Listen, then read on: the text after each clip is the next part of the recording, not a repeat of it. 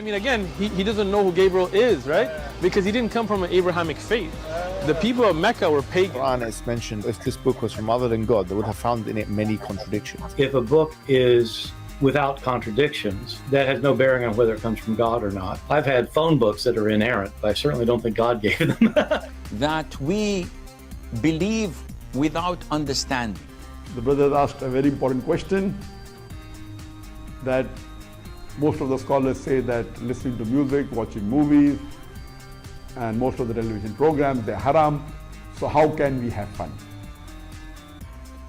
Let me tell you, brother, at the outset, that having fun is permitted in Islam as long as the fun is halal fun. That the standard narrative has holes in it. The Prophet tells us because Satan or the devil sleeps over our nostrils. Those who oversleep and not pray Fajr on time, Satan urinates in their I ears. really do think Jesus was crucified and that he really was dead and buried. He thought that he was a son of God in the sense that he was specially chosen by God. I think Jesus really did think he was going to be the Messiah, the future king of Israel. I mean, that is, after all, why they crucified him.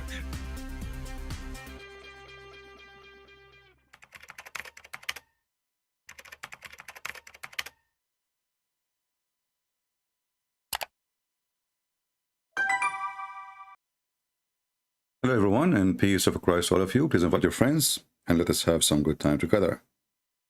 Today is our topic is about the angels of Aka Muhammad, Aka Allah. And what is the role of those angels in this religion, if we can call it a religion? One of you, he sent me a question saying, there is any other place where the angels, they commit sin, etc.? And then he said to me, when I answered him, I said, well, isn't it the verse is enough? Where Allah in chapter 2, verse number 30, 31, 32, etc. Allah questioning the angel if they are saying the truth. Then he answered me back, says, well, you know what the Muslim will say? You know, they will say it is a rational question. It's not a real question. If we go to the verse our friend here is talking about,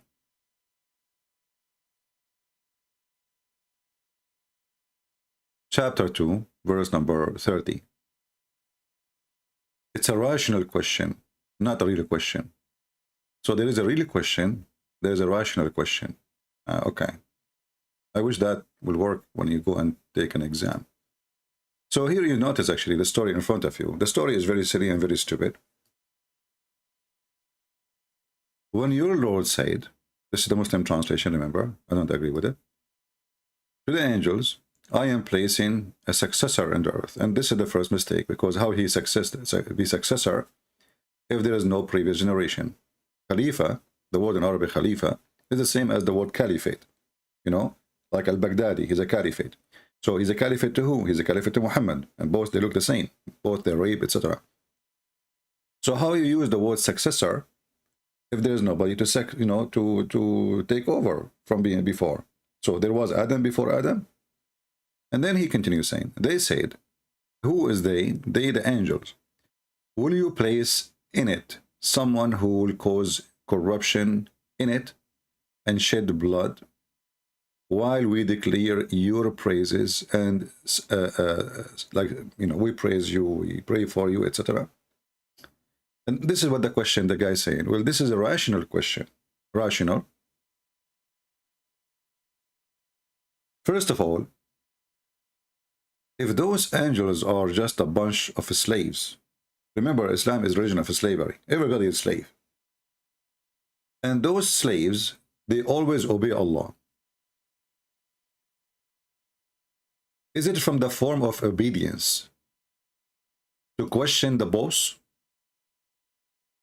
And especially this boss is God. Are you?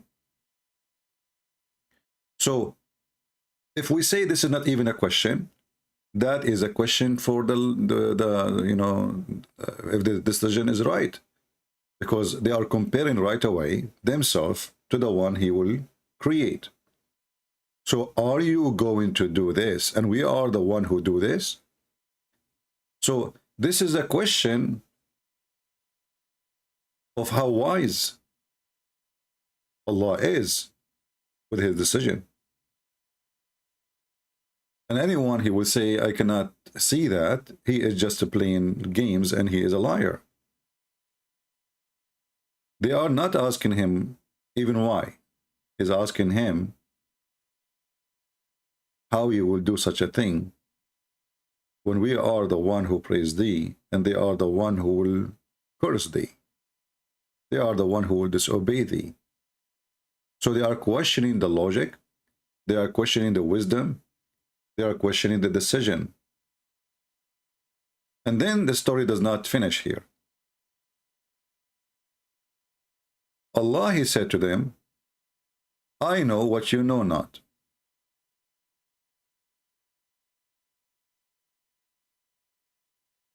So this is the second step after the question, I know what you know not. But is that change, like stopped here? No. Allah now, he wanted to prove how he know what they know not. And you see here how silly, you know, Muhammad, he learned in the Old Testament that God, he taught Adam, the angels, the names. But this is not about such a story. This is about, you know, give him wisdom, give him knowledge to live, survive. This is not about, you know, which means that the Bible says that God, he made Adam, the human, different from animals.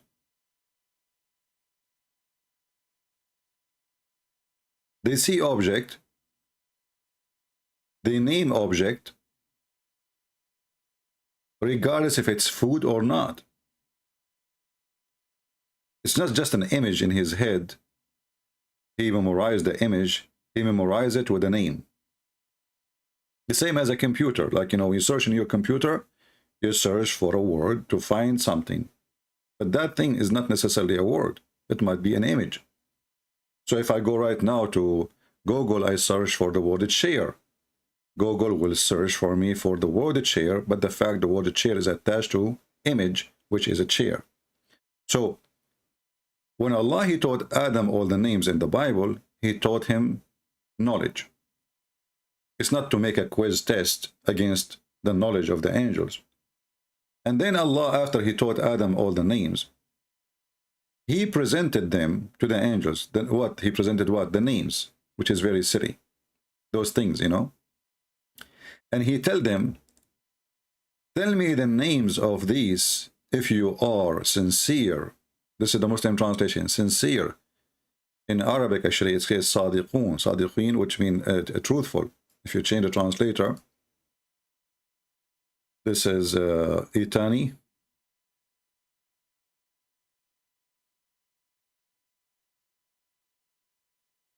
See, if you are truthful, Sadiq is the opposite of a liar.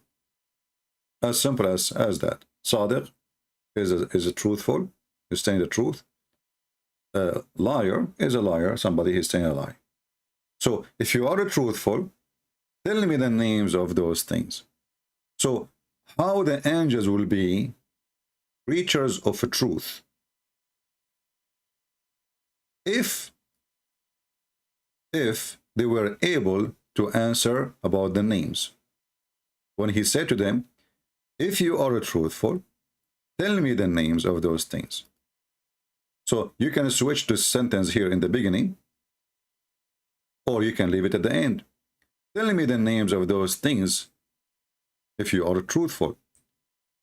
So if they can't tell the names, that means they are truthful about Adam, he will do mischievement. But all of us, we knew that Adam and his children, us, we did mischievement. So the angels, they were right, and Allah is being stupid. Secondly, how in the world you prove that you are the one is knowledgeable?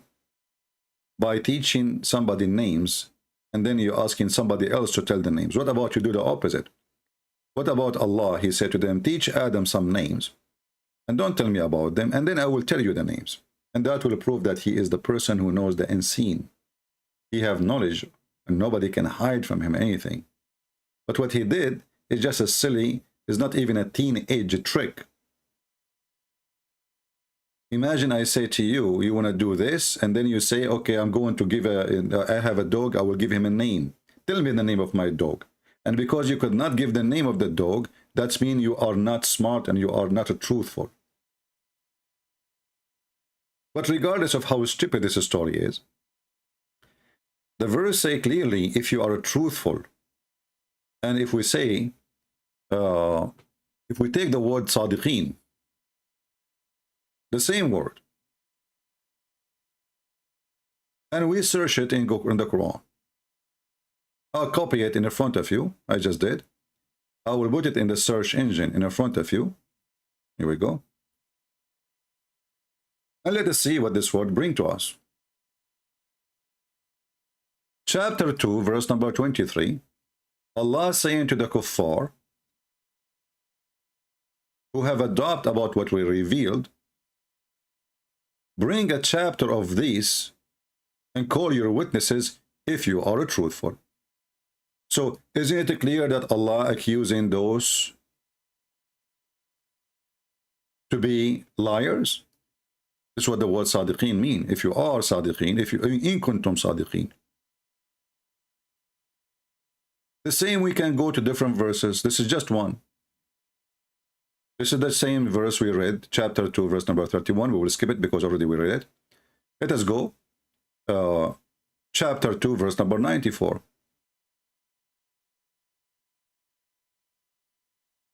If you are truthful, and this is a translation of, let us change the translator. This guy, he keeps saying sincere. Anyway, sincere will not hurt, but it's stupid to say sincere because sincere is different from truthful. So here, you know, those people, Allah again is arguing with them supposedly in a very silly way as usual. So he said to them, well, wish for death if you are truthful. What the heck is that? I mean, wish for death if you are truthful. So now, okay, what if they wish for death? They are truthful now?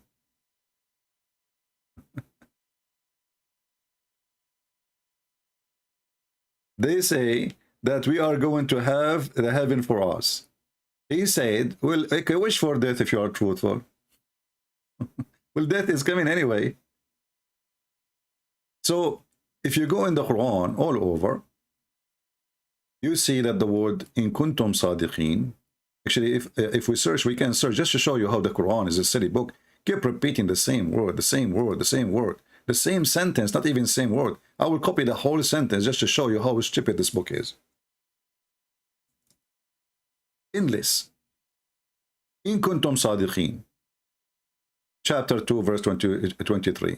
Chapter 2, verse number 31. Chapter 2, verse number 94. Chapter 2, verse number 11. Chapter 3, verse number 93. And all of that, it says clearly that those who the word is used with them, they are liars. The Christian, the Jews, they said that nobody enter heaven except the Christian and Jews. Quran says, these are their wishes. Say, produce your proof if you are truthful. So was the Christian saying a rational thing and Allah is giving a rational question, or this is a real challenge? If you are truthful, well, is Allah saying they are not liar then? So when a Muslim, he tried to escape the stupidity in his book, use his logic and the logic he have in the Quran. We can read every interpretation for this if you are truthful in every verse in the Quran, and you will see all of it come with the one reasoning or one answer. They are not truthful according to the Quran. And in this case here, the Christians, which us, we are not truthful according to the Quran when we say only Christian and Jews go to heaven. For sure, yeah, because, you know, even the Jews, if they don't believe in Jesus, they will not go to heaven. Unless there are people who came before the coming of the Messiah. They are waiting for the Messiah. Those are different story. So when the Jews and the Christians say nobody can go to heaven except those who believe in the true God, which is not Allah, Muhammad is making a challenge saying, bring your proof if you are truthful. And here we laugh. How come Muhammad don't produce a proof? If you go in the Quran, you will find that Muhammad,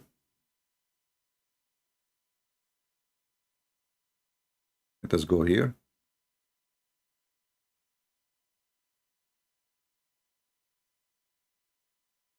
You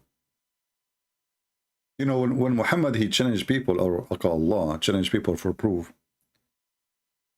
Allah himself, he asked for proof. What does that mean? You don't accept any messenger of Allah unless he produce a miracle, certain miracle. What is that?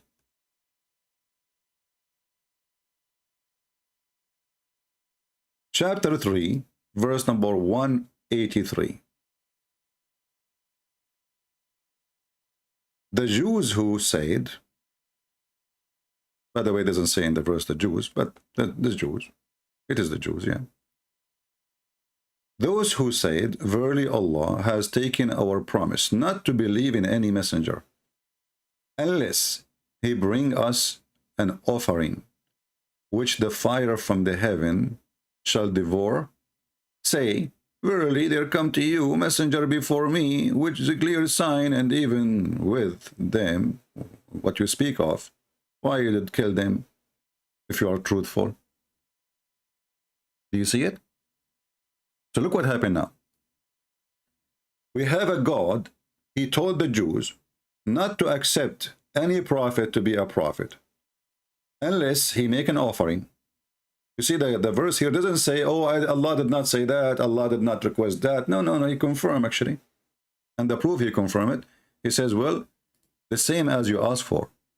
The same, you know, this messenger came before Muhammad, and they did the same as exact you asked for. In the beginning here it says, verily Allah has taken our promise not to believe. So Muhammad did not deny that, and even the books of tafsir did not deny that. So Allah, he make a promise, and this is what we will see actually from the time of Adam. From the time of Adam, his children's, both the children's, according to the Muslim story, which is a very funny story, that Adam, he used to have, each time his wife Eve, she gave birth to a twin. One is male and one is female, which means the twin is not male and two male, is one male, one female. Why? Because haram, brother, haram to marry your sister from the same twin. Very funny, very silly religion. So they create up stories. So then when Eve, she gave birth to a twin, and then one of the twin girls, which means two twins now, like one male, one female, one male, one female. The two twins, they were fighting over the pretty girl they want to marry, or, you know, sleep with, and there's no marriage at that time, with the pretty girl, because one of the twin, she have a cross eyes. Don't ask me, this is the Muslim story. So Allah, he told them, he told Adam, let one of them provide an offering, a sacrifice. And the one I accept from him is the one who can take the pretty girl. So you will notice that approval, the way of this approval, exists since Adam. So why Muhammad don't want to do it? So when we see the other verse saying that Allah, he required from us not to accept any messenger unless he make an offering. And this is in chapter 3, verse number 183. So you make an offering, then a fire will come from the sky, will consume the offering, and the offering always have to be a lamb. And here you ask yourself why. The same as what happened to Abraham. You see how the offering continue? It's not it's not one person. So you make an offering. If the fire came from the sky and take that offering from this person, that is a sign that the God is approving this person. He is truthful. Do you see it? So look what happened here. When the Jews, they said, Allah, he taken a promise from us not to believe in any messenger unless he bring us an offering, Muhammad, he did not deny that. He said to them, well, there's many messengers before me. They come and they did exactly what you said. Would mean they give offering, and God, he sent fire to consume the offering, and yet you killed those prophets. And you know, if we ask the Muslims who are the prophet they killed them, they fail. The Muslim, all the Muslim religion, they fail to tell us the name of one prophet the Jews killed. Just one. They will not be able to find one. And this is how silly, stupid the Quran is. So why you kill them? Why then you killed them? There's many, not one, many. And then it says here, if you are truthful. So the same sentence in kuntum sadiqeen is attached to those who killed prophet. So the accusation in kuntum sadiqeen, if you are truthful, is not about like, you know, just we are playing fun and we are being friendly. This is very serious. In kuntum sadiqeen mean if you are truthful, and obviously you are criminals. So how come when we say the angels, Allah, he said to them, if you are truthful, suddenly the Muslims, they skip it and they say, oh, he is not accusing them of lying. Well, what is the opposite if you are truthful? What is the opposite?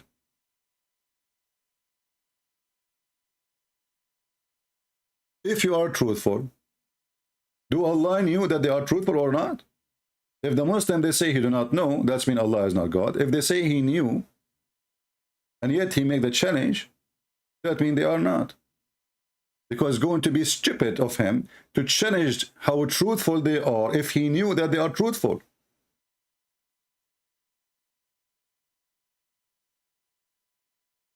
You know what I mean?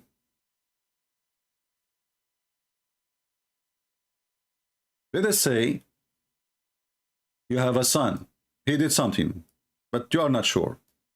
So you say to him, well, bring me a witness that you are not the one who broke this thing, if you are truthful.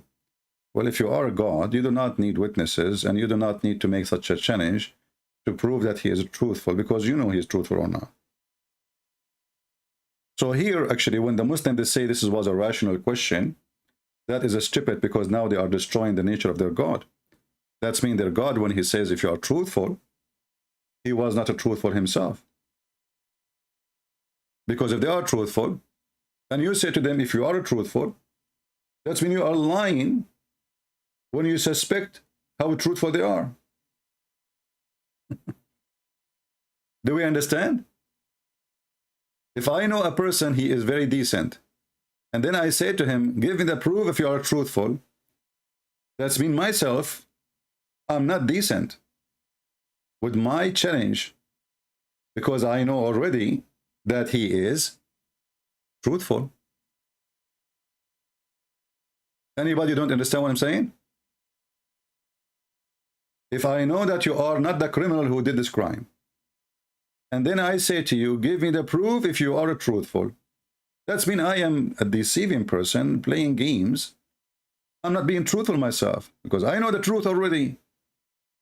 So if Allah is God, how in the world even he asked such a question, if you are truthful? And if he knew that they are truthful and he is asking the question, that make him himself a truthful person. He is just a liar. Because there is no challenge in the challenge. And then you will see that when he said, if you are truthful, he connect that to a condition. What is the condition? Tell me the names of those things. Tell me the names of those things if you are truthful. So if they fail to tell the names, then those angels, they are not truthful. Very simple. They fail. They suffer from bad failure. They say to Allah, how we can know what you did not tell us? And here we see how stupid this drama is. Because if Allah, he knew what he told them, then how the angels, they knew that Adam will do mischievement? If this is not what Allah told them. If you ask a Muslim, do Allah lie? They will say no. Do the angels lie? They say no. Okay, let's read together then. When the angels, they say to Allah, are you going to place therein somebody who will do mischievement? Isn't it this is a sin if it's not true?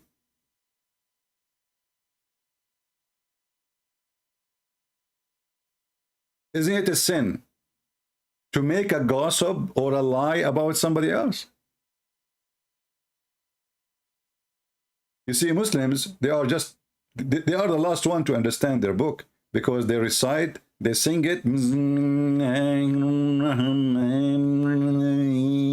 know, they make the voice come from the stomach and the nose, and the voice is spin in the nose, but the voice never spin in the head. It's just in the stomach and in the nose. What the heck is that? We focus in squeezing our body, but we don't focus in squeezing our brain. This is why Muslim brain is priceless, because it's never been used. Brand new. So, will you place therein those who will make mischief therein? If this is a true accusation, then the angels did not commit sin, because that's what he do. If it is not true, that means, obviously, the angels, they commit a big sin. According to the Quran, the angels are not saying truthful thing, as you see, because the Quran says to them, if you are truthful. If you are truthful about what? About this sentence. So, did the angels now made a lie? So, what does this have to do with rational question and not rational? This is a lie. Either it's a lie or it's true. Did they say the truth? If they say the truth, that means they are the truthful, and Allah is the one who is not truthful. Choose one.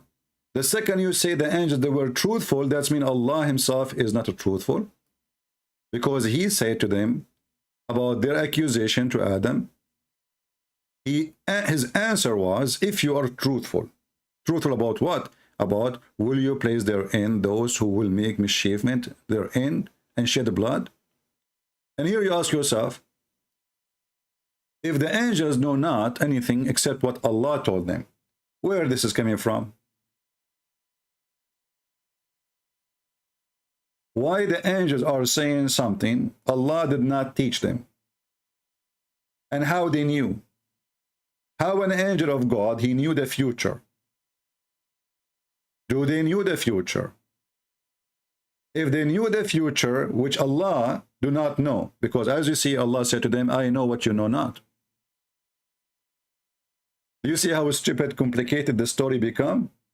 It's a story of stupidity. So, if the angels do not know the future, because Allah said to them, I know what you know not, that means they are wrong. And that means they are making false accusation, and that is a big sin. In Islam, if you accuse a woman of her prostitution or adultery, and you don't have 4 witnesses, they see the penis going in and out, they have to see it, by the way. Like if you are a husband, you come home, you found a guy in the top of your wife. Still, you have no proof that she is fornicating. She don't. There's no proof. You cannot even divorce her. I mean, you can divorce her in Islam for any reason, but I mean, you cannot divorce her by that reason. If you make that reason, if you say, I'm divorced you with that reason, she can take you to court, and they will beat the hell of you for saying such a statement without bringing 4 witnesses who can see the penis of the guy going in and out, not only in the top of her, not only naked. They have to see it going in, as Muhammad, he says, the same as a pen going in the inkwell. So they have to see it as a pen in the inkwell. And now here we ask ourselves, what is the pen and where is the inkwell? Will you place therein those who will make mischievement therein and shed blood? So this is not a question, this is an accusation. This is an accusation to Adam and his seeds after him. Allah, he told them, I know what you know not. This is not a rational question with rational answer. Allah here saying to them, I know you know not, which means this knowledge is stupid. This is not a truthful knowledge. This is a false accusation. And by the way, we know that the angels, they were right and Allah is wrong, which should prove again that angels in Islam is better than Allah. And they have knowledge more than Allah. And then when he continues and he says, let us teach them the names. And if you can't tell the names, then you are truthful. What the angel says, we cannot tell the names. The angel says, glory to you. We have no knowledge except what you have taught us. Stop. We have no knowledge except what you taught us. So where you got this from? Will you place therein those who will make mischievement therein and shed the blood? If this is not the knowledge he taught them, that's mean they fabricated a lie. Do you see? The Muslims, you know, because this is Islam is not a religion. Islam is just a guy, his name is Muhammad. He heard the Jews have angels. Okay, I will have angels. The Jews, the Christian, they have fasting. I will have fasting. That's why he copy. He walked between the Jews. He see them fasting. He says, what this fasting is about? They said, this is the day when Moses, he crossed the sea. He says, oh, okay, we are more close to Moses than you then. And he ordered his followers to fast it. Then he met with the Sabian, and the Sabian, they fast Ramadan. So he canceled Ashura, and he started fasting the Sabian fasting, which is Ramadan. He's just establishing a religion. He don't have a religion. Other religion, they have fasting. Okay, let's try to find a reason for fasting. Other religion, they have a prayer. Okay, we will make a prayer. Other religion, even if you remember, when, just to show you how easy to expose Muhammad, he prayed in the top of a funeral, a corpse of a dead man. A Jewish guy, he walked by, and the Jewish guy, he saw how Muhammad, he prayed in the top of the dead guy. What the Jewish guy, he said? He says, this is how we do it. What Muhammad reaction?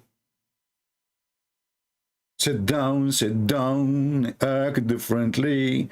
Okay, if Muhammad is a prophet of God, he was praying according to which teaching? If you say to me he was praying according to the teaching of Allah, then why he changed it just because the guy, he said, this is how we do it? Who care? If Allah taught you to pray this way, are you going to change it in 2 seconds? Or Muhammad here, he noticed that there's a copyright violation and he got busted. His PhD is not a PhD, he's collecting things from the internet. So right away, erase it, write something different, act differently. It means write something different. It means forget about what you used to do a second ago. But do you pray according to God or according to a Jew? Muhammad was praying in the funeral standing. Who is the one who taught him that? If you say it's Allah, then how Muhammad he changed it? In a second. If you say it's not Allah, that means Muhammad is a fraud. And he changed the prayer as he wish.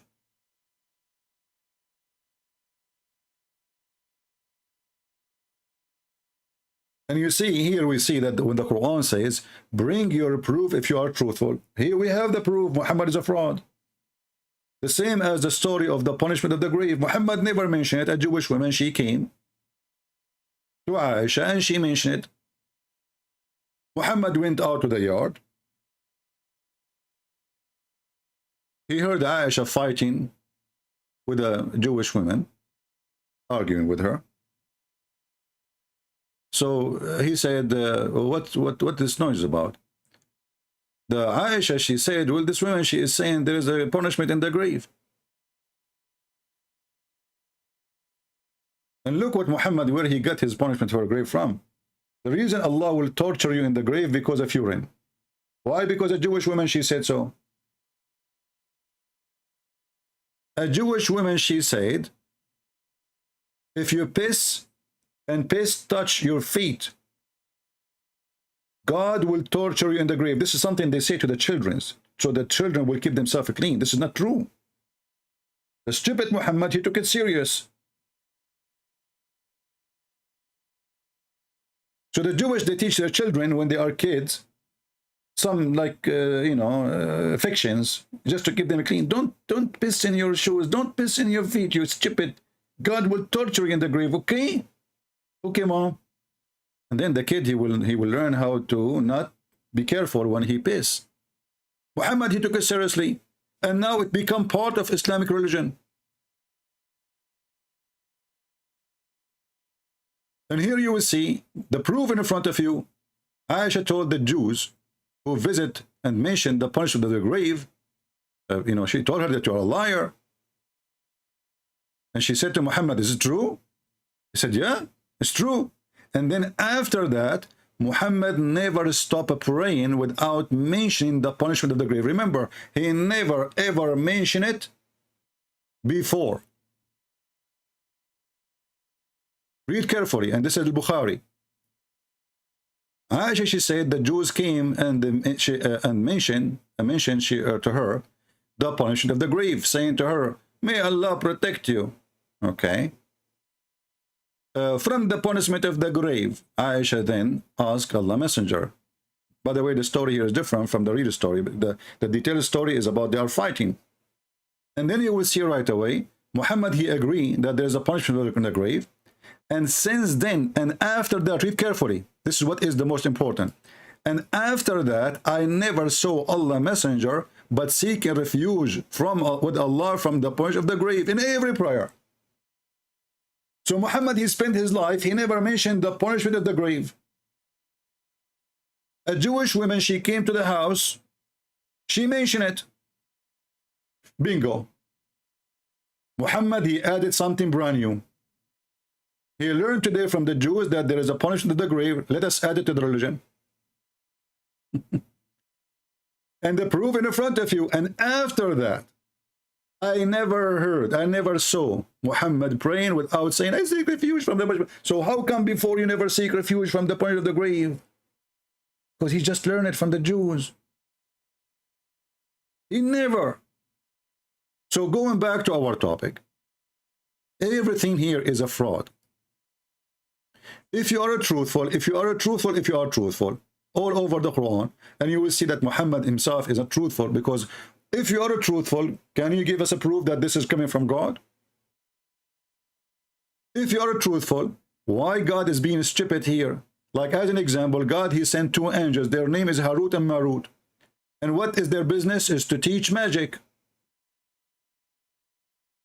If there is any proof that there is two angels in the Babylon, they came down and opened Harry Potter school?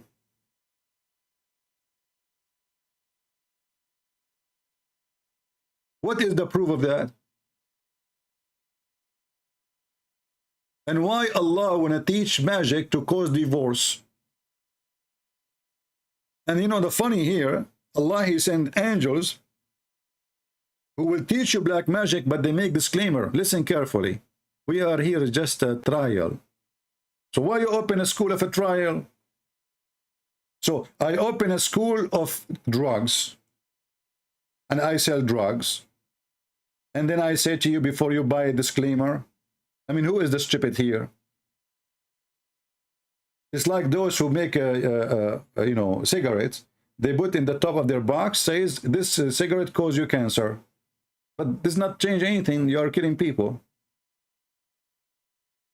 What kind of disclaimer is? So Harut and Marut is two angels were sent down to this earth. And according to Muslims, they commit sin. And this is other part of the story here. The Muslims, they say, no, they did not commit sin. Let us go to your Muslim website.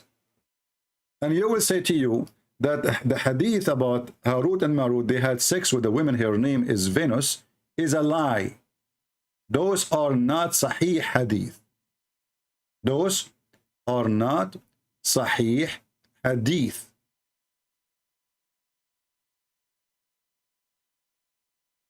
Are you sure?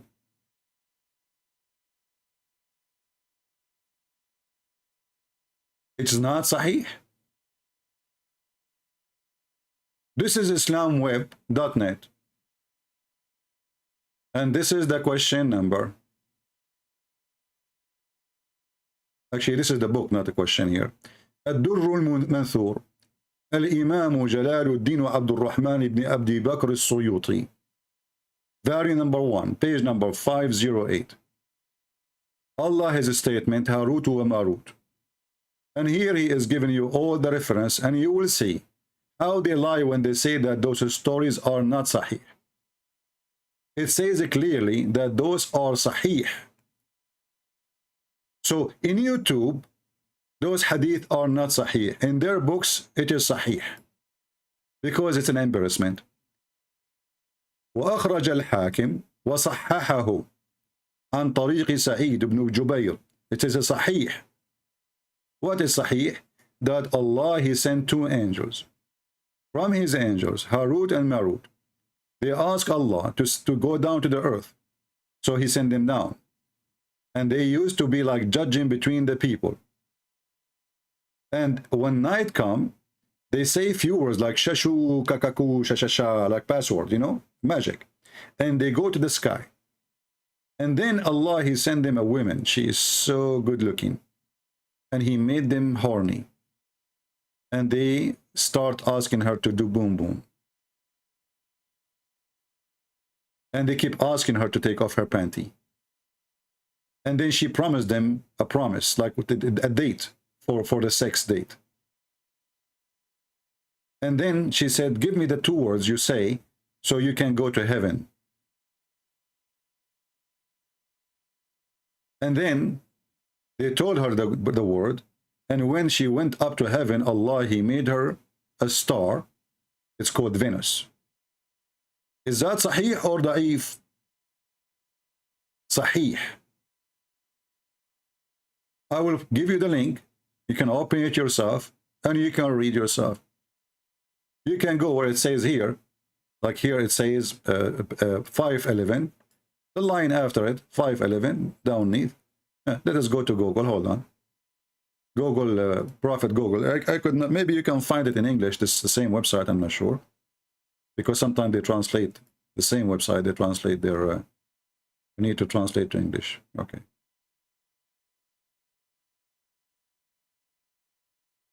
Let us see where is 511 to follow. Here we go. This is 511. So the line is going to be underneath of it.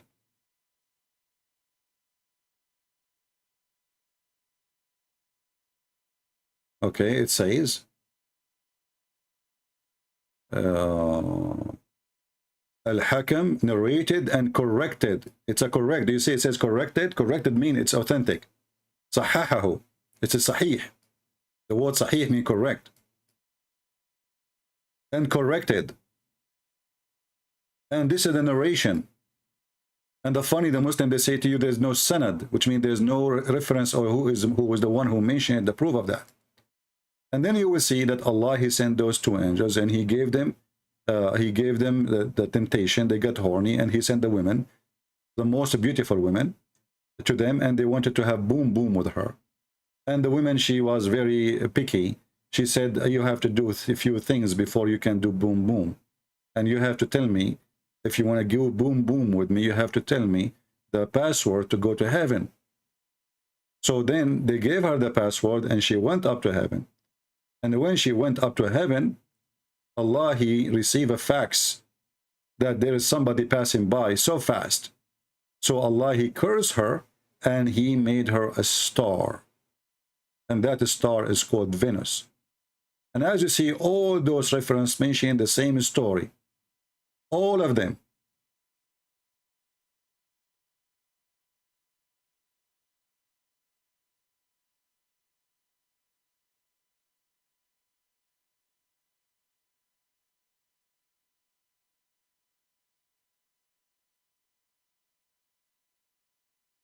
So the women, the angels want to sleep with her, and they decide to do anything she wants. Actually, I have a link in English. Let me find it for you. But I will give you this link here first for the reference in Arabic, so you can see that Muslims agree that this is Sahih Hadith, because they might say to you, oh, this is the Shia. They might say to you, oh, the Shia is the one who teach that, not us.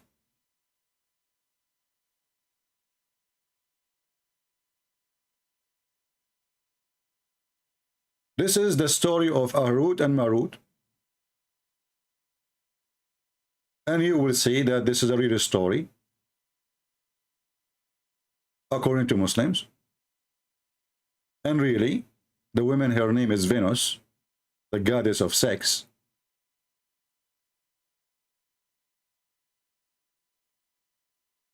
And you will see all the account stories regarding this story, which mean all the stories the Muslims they have about it.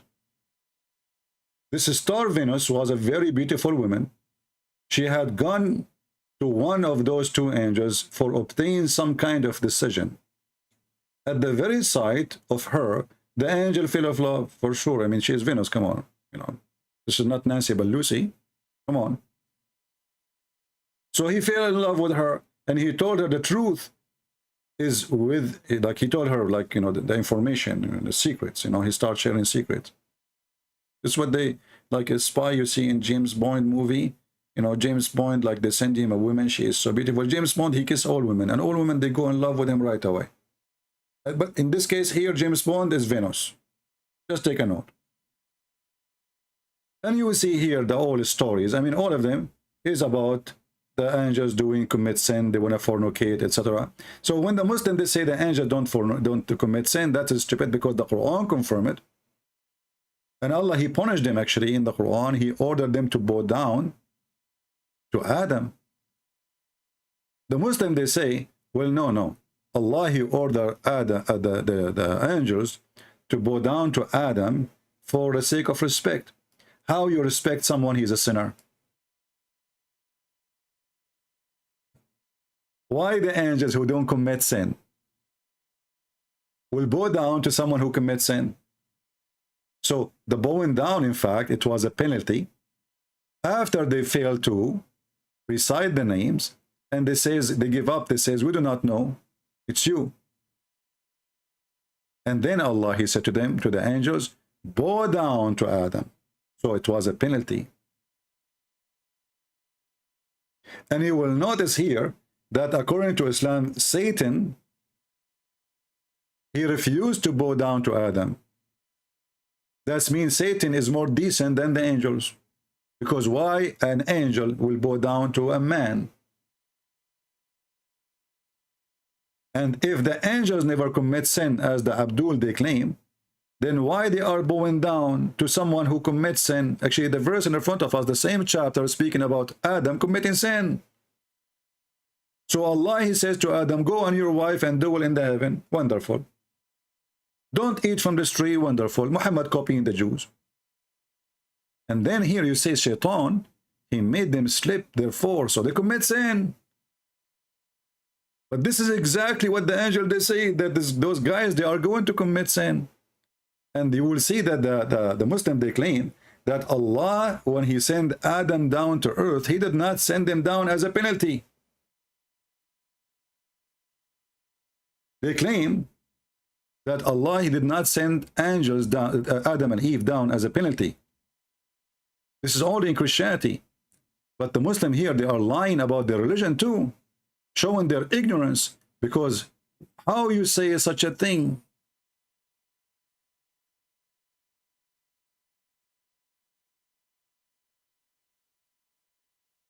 Let me see if I can find you. Here we go.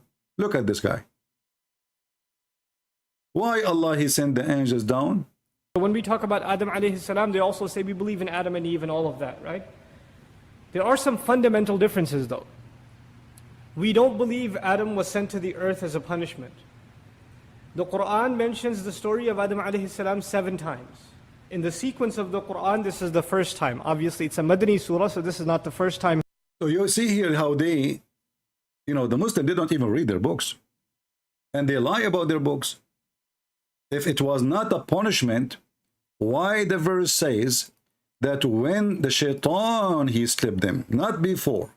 You see, Allah, he told them, go and dwell in your garden.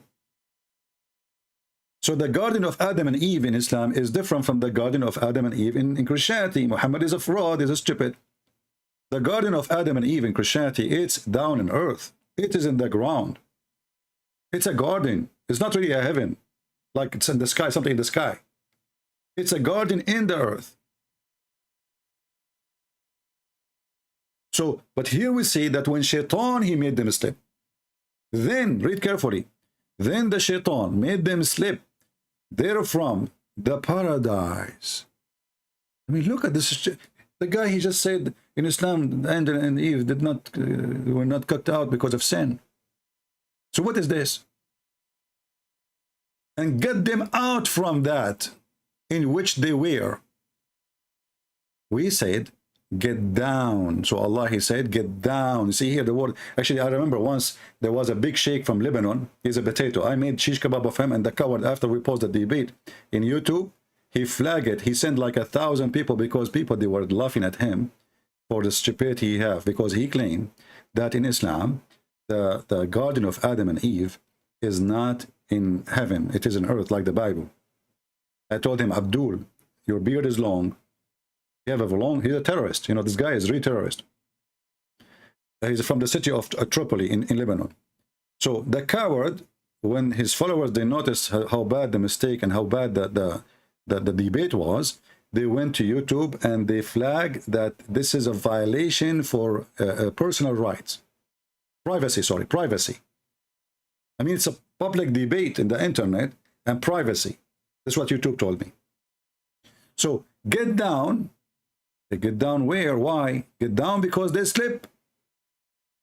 So they say to you, no, not because we just heard the guy saying that it's not because of sin they were kicked out.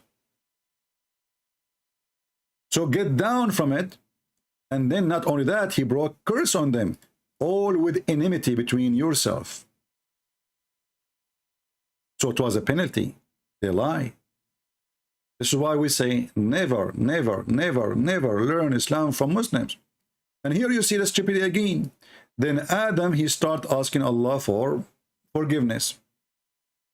And this is the story, if you remember, when Adam, he said to Allah, forgive me for the sake of Muhammad. Allah said to Adam, how in the world you know about Muhammad when I created him? Not yet. Adam, he said to him, when you created me, I left up my head and I found the name of Muhammad written in your chair. And I said to myself, there's no way Allah will rejoin the name of a man beside his name is unless it is the most beloved person to him. So Allah forgive Adam. But still the penalty is there. Get down. And you will notice that get down as a penalty, it is coming twice. Verse number 36 is chapter number 2. Adam prayed for Allah, asking for forgiveness in the name of Muhammad. Allah forgive him. Still, get down. So the paradise was not in earth in Islam, and paradise was a reward, and earth was not a reward. Because Shaitan, he slipped them, and now go down. Until guidance come to you. So that means that Adam is out of guidance. And that proves that Adam cannot be a prophet. This is stupid from the Muslim to say that he is a prophet. If he's a prophet, why is waiting for guidance? Who is the one bring guidance? And right away you will see that the guidance is the children of Israel. If you remember in the hadith,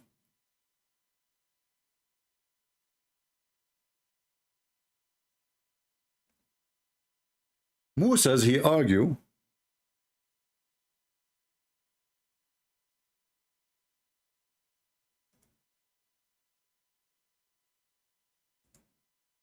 with Adam.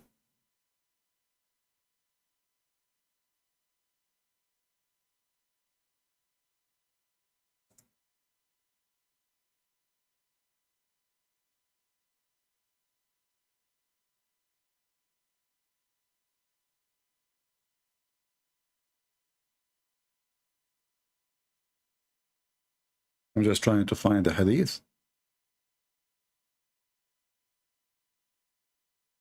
And this is al-Bukhari.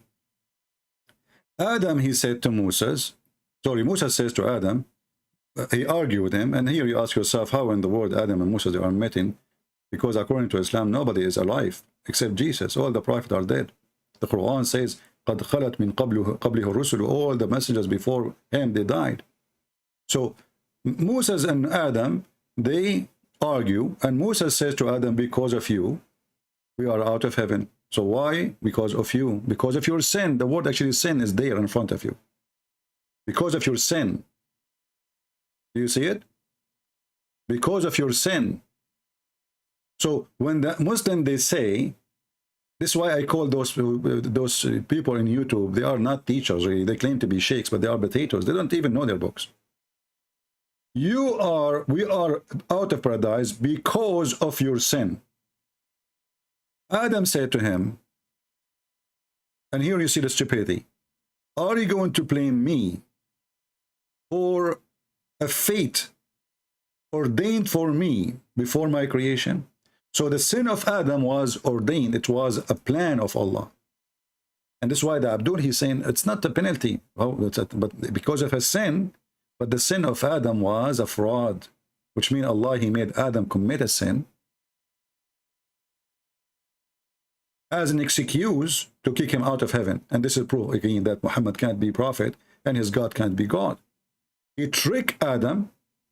He made Adam commit sin in order to give himself excuse to kick him out of heaven. It's fate. It was a trap. It was not a free will. So he said to him, do you blame me? As you see, this is all Sahih al-Bukhari. Do you blame me for a fate written before my creation? In different hadith in Sahih al-Bukhari, it says 40 years before my creation. So did Adam commit sin? Yes. Did Allah kick him out from heaven because of sin? Yes. But this sin was a fate. And this is why Islam again is a fraud. Because what kind of God is God? He made me commit sin and then he punished me for my sin. What a stupid God.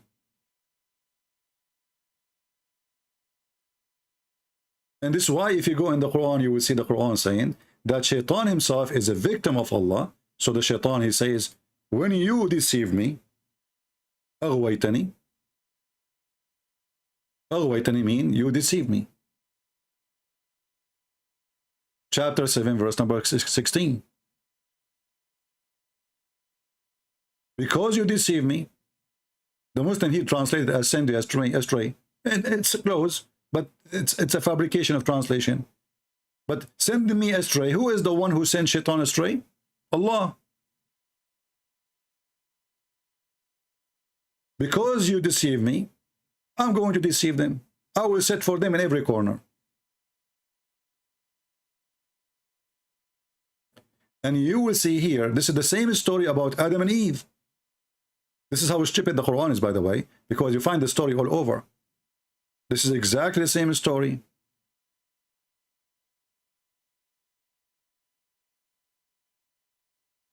And there's a mistake for sure here, because Allah, he ordered the angels to bow down. He got upset from Iblis, but Iblis is a genie in Islam, is not an angel.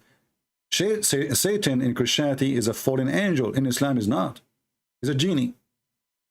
So as you see, the angels are the one who accused Adam to do mischievement. Why Allah is ordering the angels to bow down? It was a penalty. And why Allah is upset from Shaitan for not bowing down when he is the one who says to the angels, bow down. You say all boys sit down except the girl. And then you get upset from the girl. And remember here, this is not about gender. Satan is totally different creature. Satan, according to Islam, created from fire, from gas. And angels are created from light. So they are totally different in everything. So Allah, he said to the angels, bow down. Bow down. But he is not an angel. Why he would bow down anyway? And then Allah, he says to him, what? Why you did not bow down? He said, well, I am better than Adam. You created me from fire. He created him from clay. But if Shaitan is smart, he should say, well, you said angels, you idiot. I'm not an angel. So the whole story is stupid. And Shaitan himself is a victim of Allah, as you see. And then Allah, the funny here, that Allah, he ordered Shaitan to get out of paradise before he misled Adam and Eve. This is chapter 7, verse number 18. Read with me carefully. This is when Allah, when Shaitan refused to bow down to Adam, Allah, he said to him, get out. Read carefully. Get out from this, between two bracket, paradise, with disgrace, etc., expelled. Okay. And then he told Adam and Eve, you sit in the paradise. You and your wife go. And then suddenly we find that Shaitan is still there. Shaitan, he go to the garden and he misled Adam and Eve. But you kicked him out. You remember when the Muslims, they say, if Allah wants something to happen, he say be is going to be. Allah, he said to Shaitan, get out. How come Shaitan was not out?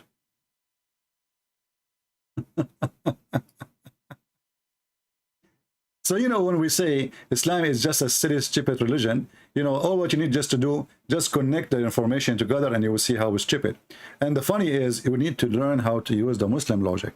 As an example, if you ask the Muslim here, when Allah, he ordered Shaitan to get out, would Allah get him out immediately, or is going to take like some processing, like papers, signatures from here, signature from there? He would say, no, right away, brother. Allah, if he wants something to say, he say be, is going to be. Okay. Then how Shaitan get back again? Do you remember when Muhammad, he went to heaven and there is 7 doors and there is guards, and they asked the angel Jibreel, who is with you? Even Jibreel himself, he need permission to get in. So how Shaitan, Allah, he ordered him, he said to him, get out. You know, you assume that God, when he say get out, Shaitan will be out in a second. That's it, get out. Get down, actually. And then we find Shaitan is coming back. Look like Shaitan is a good hacker. He was able to go through some ports in the computer of Allah. So, and Adam, and now after he kicked him out, he tell Adam to go to heaven and enjoy it. And then Shaitan, he stepped them out. But the guy is out already. And then you will see here, and then he misled them with deception. And then we said to them, get down, both of you. But they stupid, you just told them already.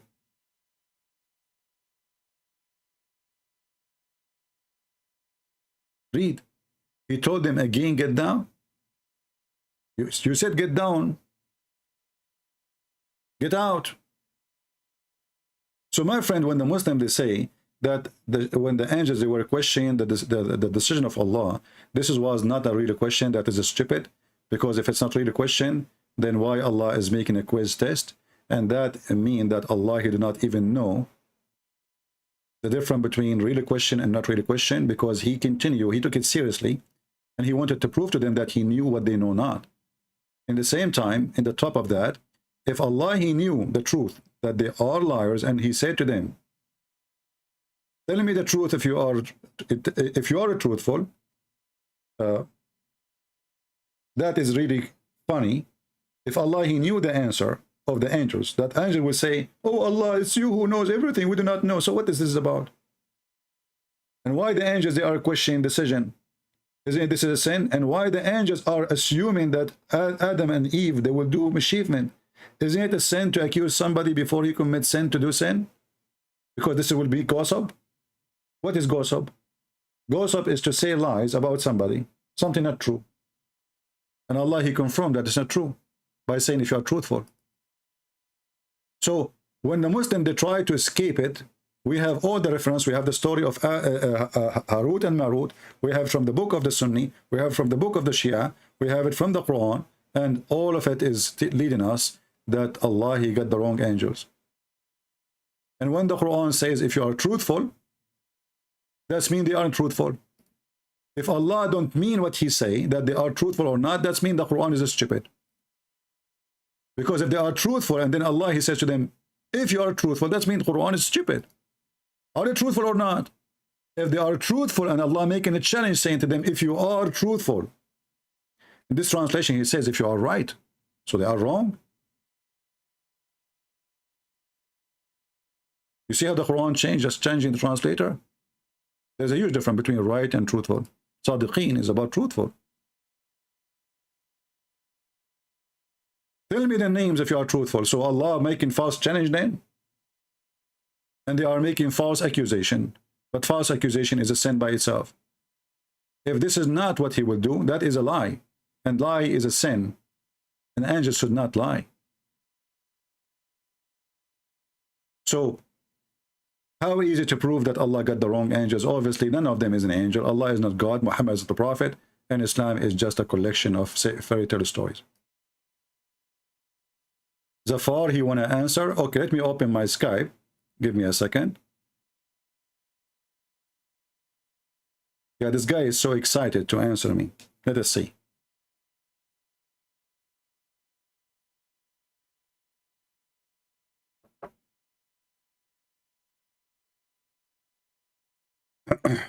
We are opening our Skype. Text me, Zafar, whatever you need.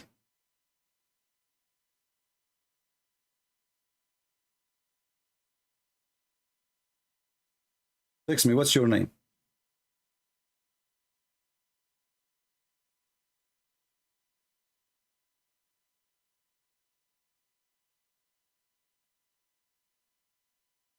What's your name? The guy who called himself Zafar.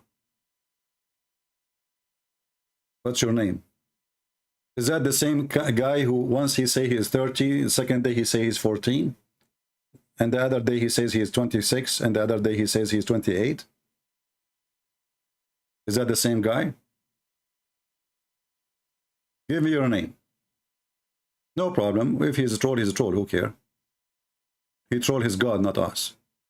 We are talking about his religion. So if he want to be a troll, he's trolling his God. I don't see any message. What's your name? Tell me your name. He messaged me. Give me your name. I have thousands of messages.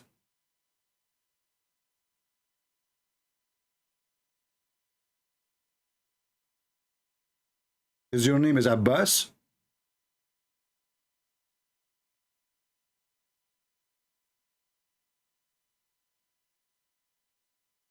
Well, I don't see anyone. His name is Safaraz Hussein.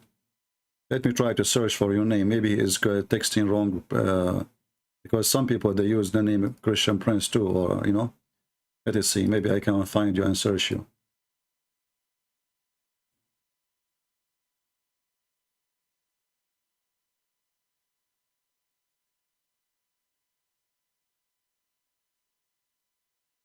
Okay, which one of those is yours? Let us see.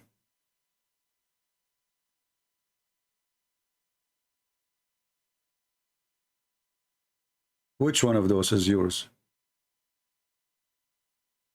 Safaraz Hussein, Basafuli, Great Britain.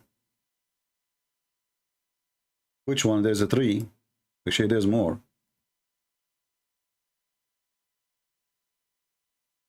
Tariq Hussein. Which one?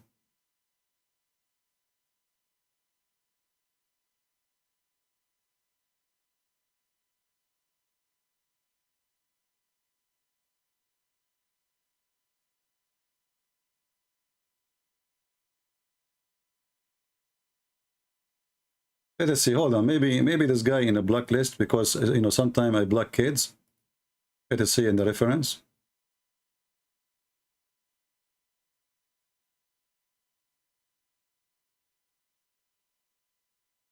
We go to Sa,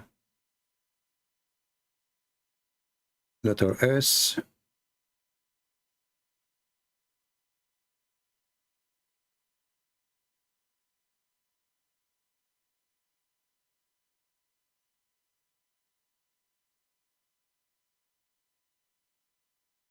I have the longest, you know, because this Skype I'm using for many years. And there's endless weird people text me, and most of the blacklist actually are Christians, who they just say hi and hello. I block them right away. Let us see. Safaraz. Ah, we found Safaraz. Okay, hold on. So Safaraz is just a kid, obviously, because he is blocked before. Text me now, Safaraz. I found him in the block list. Text me, Safaraz, now.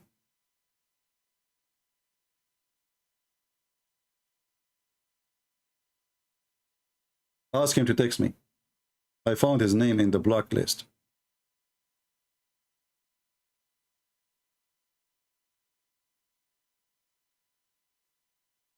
Okay, I think I found him.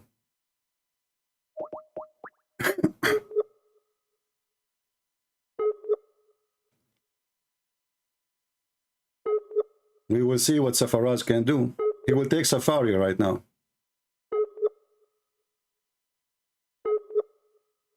I'm trying to call you, Safaraz.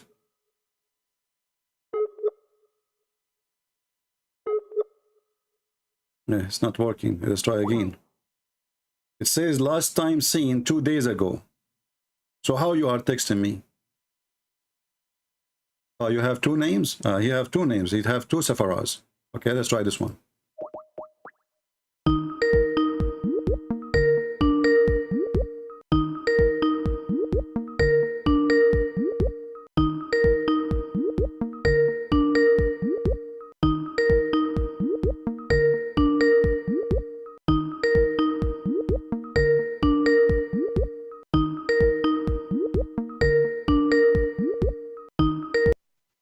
Hello.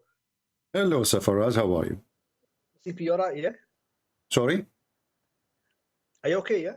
Oh, sure, I'm okay. Are you okay? Are you yourself? I'm fine. Alhamdulillah, I'm fine. Alhamdulillah. Okay. You know, you remind me when a person he say Alhamdulillah, what does that mean?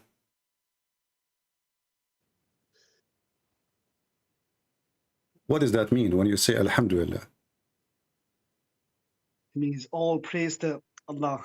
All So, praise to okay, I will go. So, thank you. So, guys, when you say Alhamdulillah, it means all praise to Allah. So, why Allah, he says all praise to Allah? Why Allah, he say Alhamdulillah? Because he's said it, all praise is due to him only. My friend, but he is saying, I ask you, why you say Alhamdulillah? You said, I am thanking Allah. Actually, the correct translation is thank you Allah, not all praise to Allah. Alhamdulillah is thanks to Allah. So, all thanks to Allah. So why Allah, he says all thanks to Allah if he's Allah? Because it's like me saying to people, yeah, all praise to me, Zubair the king. But he, he is thanking himself. It's not about praise. No, the word hamd is not praise. The word hamd is thanks to Allah. So Allah saying thank you to Allah. Why? He's not talking to himself. So he's talking to who? There's nobody. He's talking to the people. Creation. Okay, he's talking to the people saying, he is saying, Alhamdulillah. Yeah. He's telling people, making it clear that all praise is due to him. It's like me. Put the phone in the speaker so you can hear me better without putting the phone next to your ears. Okay. So Allah is saying all thanks to me. Does that make sense to you? Why Allah want to say all thanks to me? All praise goes. Yeah, but he is the one who is making the praise. It's like me telling all people of the UK, all praise is to Safraz, all praise is due to me, to make it clear. Okay. All praise due to me. Okay, but he is the one who is saying it, you know. If you are the one who is saying it, it makes sense because you are the followers, you are not the God. But when the God, he says to himself, all praise to me, that's really funny. But anyway, let's go to our topic today so we can see how good you are. Because I saw that you are very excited. So go ahead. What do you want to say to us about the story of Adam and Eve? Go ahead. The story of Adam and Eve, yeah. The story of Adam and Eve is, yeah, they were warned by Allah to not go to the tree, to not eat from the tree. And then the shaitan come to him and end the day. Let us go back a few steps and go about the angels. When the angels, they make the accusation and they said, they said to Allah, are you going to create somebody who will do mischievement? Yeah. Why? What the angels did that? But I mean, did they make a false accusation? What do you think? Not make a false accusation. They were getting worried, you know, that if he's gonna create a human and cause, you know, all sort of problems. I don't understand. What do you mean get worried? They were worried that like the humans will be created and then the world's getting, you know, in chaos, you know, everything chaos. Okay, I can tell you are very smart. So now you are saying that they got worried that Allah making a wrong decision. No, but they are angels. They don't know what's right and wrong. So they were Exactly. So they were wrong about Allah. They thought Allah is doing a wrong decision because you said, not me, this is your words. They were worried. They are worried about what? They are worried that Adam and Eve, they will do mischievement. Okay, so they were worried that the decision Allah is making is a bad decision. They were just questioning. That's all it is. They are questioning. Okay, they're questioning how wise is Allah, because you just said to me they were worried about such a decision. Yeah. So that was their worry, correct? Yeah. Okay, so the angels believe that Allah is not smart enough, and they were questioning, they were worried, and I'm using your word, they were worried about how smart Allah is. So they were saying to him, are you going to do this? So they are trying to give him advice, correct? Not giving advice. They were just scared. That's it for the angels. It was, They are scared because Allah is making a wrong decision. No, he's not making a wrong decision. But you just said they are worried about what? About creating Adam. And what is their worry? What is their worry? What they are worried from, you said? They were worried in case the humans will, you know, cause corruption. Exactly. Okay, so the angels, they are worried that Allah making a stupid decision, and this decision will cause chaos. You will create somebody, and those bodies, they are going to do mischief and bloodshed. So they are trying to correct Allah before it's too late. They were not. But Allah already knew that these humans in the future are gonna cause corruption anyway. He knew. He already knew, obviously. So, okay, if he knew, then why he said to them, when they said that to him, he said, tell me the names of those things if you are truthful. So if he knew that this is what they would do, then he should agree with them. But Allah did not agree with them. Did Allah agree with the angels that Adam would do mischievement? No. Okay, so you are saying to me, Allah, he knew what they know not, and they knew that they are wrong. And their worry is a false worry. But the fact is, Adam and Eve, they would do mischievement. So Allah was a wrong God, and the angels they are the God, because angels, they knew the future. Allah do not know the future. Who was right in here, Safaraz? Who is right? Allah or the angels? Allah was right. How Allah is right? He said to them, no, I know you do not know. What are you talking about? You know not. I know what you know not. And he told them that you are not truthful. So what? Okay, when Allah said to them, if you are truthful, he was accusing them of what? Of this sentence: will you place therein those who will make mischievement therein and shed blood? So he is saying to them, you are not truthful. Oh my, what are confusing. He's just telling him end of the day that you people don't know. You angels don't have a cover. You do not know what? Eh? You do not know what? Anything. You don't know about exactly. Anything. You do not know anything, including what? Including that Adam will do mischievement. Oh my word. He's telling him end of the day, you know, it's not your right to say what's right and wrong, you know? Okay, no problem. It's not your right. So, okay, are you saying now that the angels, they made a mistake when they say this is wrong? They just questioned. No, look what you just said. You just said that Allah is saying to them, it is not your right to say what is right and what's wrong. So you admitted that the angels accusing Allah of doing something wrong. They were just telling Allah, are you going to create these things that are going to cause corruption in the future? My friend, focus in your dish, the dish you just provide to me. You just said they are worried about that he will do wrong. So Allah is saying to them, you know not. So the angels, they are worried about him doing wrong by creating the angels. This is what you say to me. So they are worried about them, they will do wrong. And that's mean that Allah is making wrong decision. And they are worried about that. And you said to me, Allah is saying to them, it's not up to you to decide what is right and what's wrong. So did the angels make a mistake and sin when they decide what's wrong and what's right to Allah? Obviously, yes. Because you said that, you said, it's not, Allah said to them, it's not up to you to say what is right and what is wrong. Correct? Yeah. Okay. Is it sin to tell God what's right, what's wrong? Can we tell God you are wrong? Can you tell him you are right? Can you tell him it's up to us? No, obviously no. Exactly. That's mean the angels are sinners. They're not sinners. They question Well, it. you That's all just, it is. yeah, is it right to question the decision of God? It's like bloody Noah. Noah and people, yeah. Noah ran. Run away. Noah hate these people and he would complain to God. He would complain to him. These people never gonna. What does have to do with never- my question? My friend, listen, focus with me. When you said that Allah, he is saying to them, it's not up to you to tell me what is right and what's wrong. Did you say that? Allah is saying, end of the day, I know what's right and wrong. Simple. Okay, but you said he don't want them to say what is right, what's wrong to him. So the angels, they already made that decision, and they decide to say this is wrong. Well, that was their opinion. That was their Okay, own so opinion. this is opinion. Okay, I will go with you. So the opinion of the angels was that Allah is doing wrong. Yeah. Okay, yeah. You guys, did you hear it? Yeah. But the opinion of the angels, oh, look what you just said. Yeah. So the opinion of the angels is to say to Allah, you are doing wrong, and you say, yeah. Okay, that's mean the angels accusing Allah not to be God because he's doing wrong. Is it God is perfect?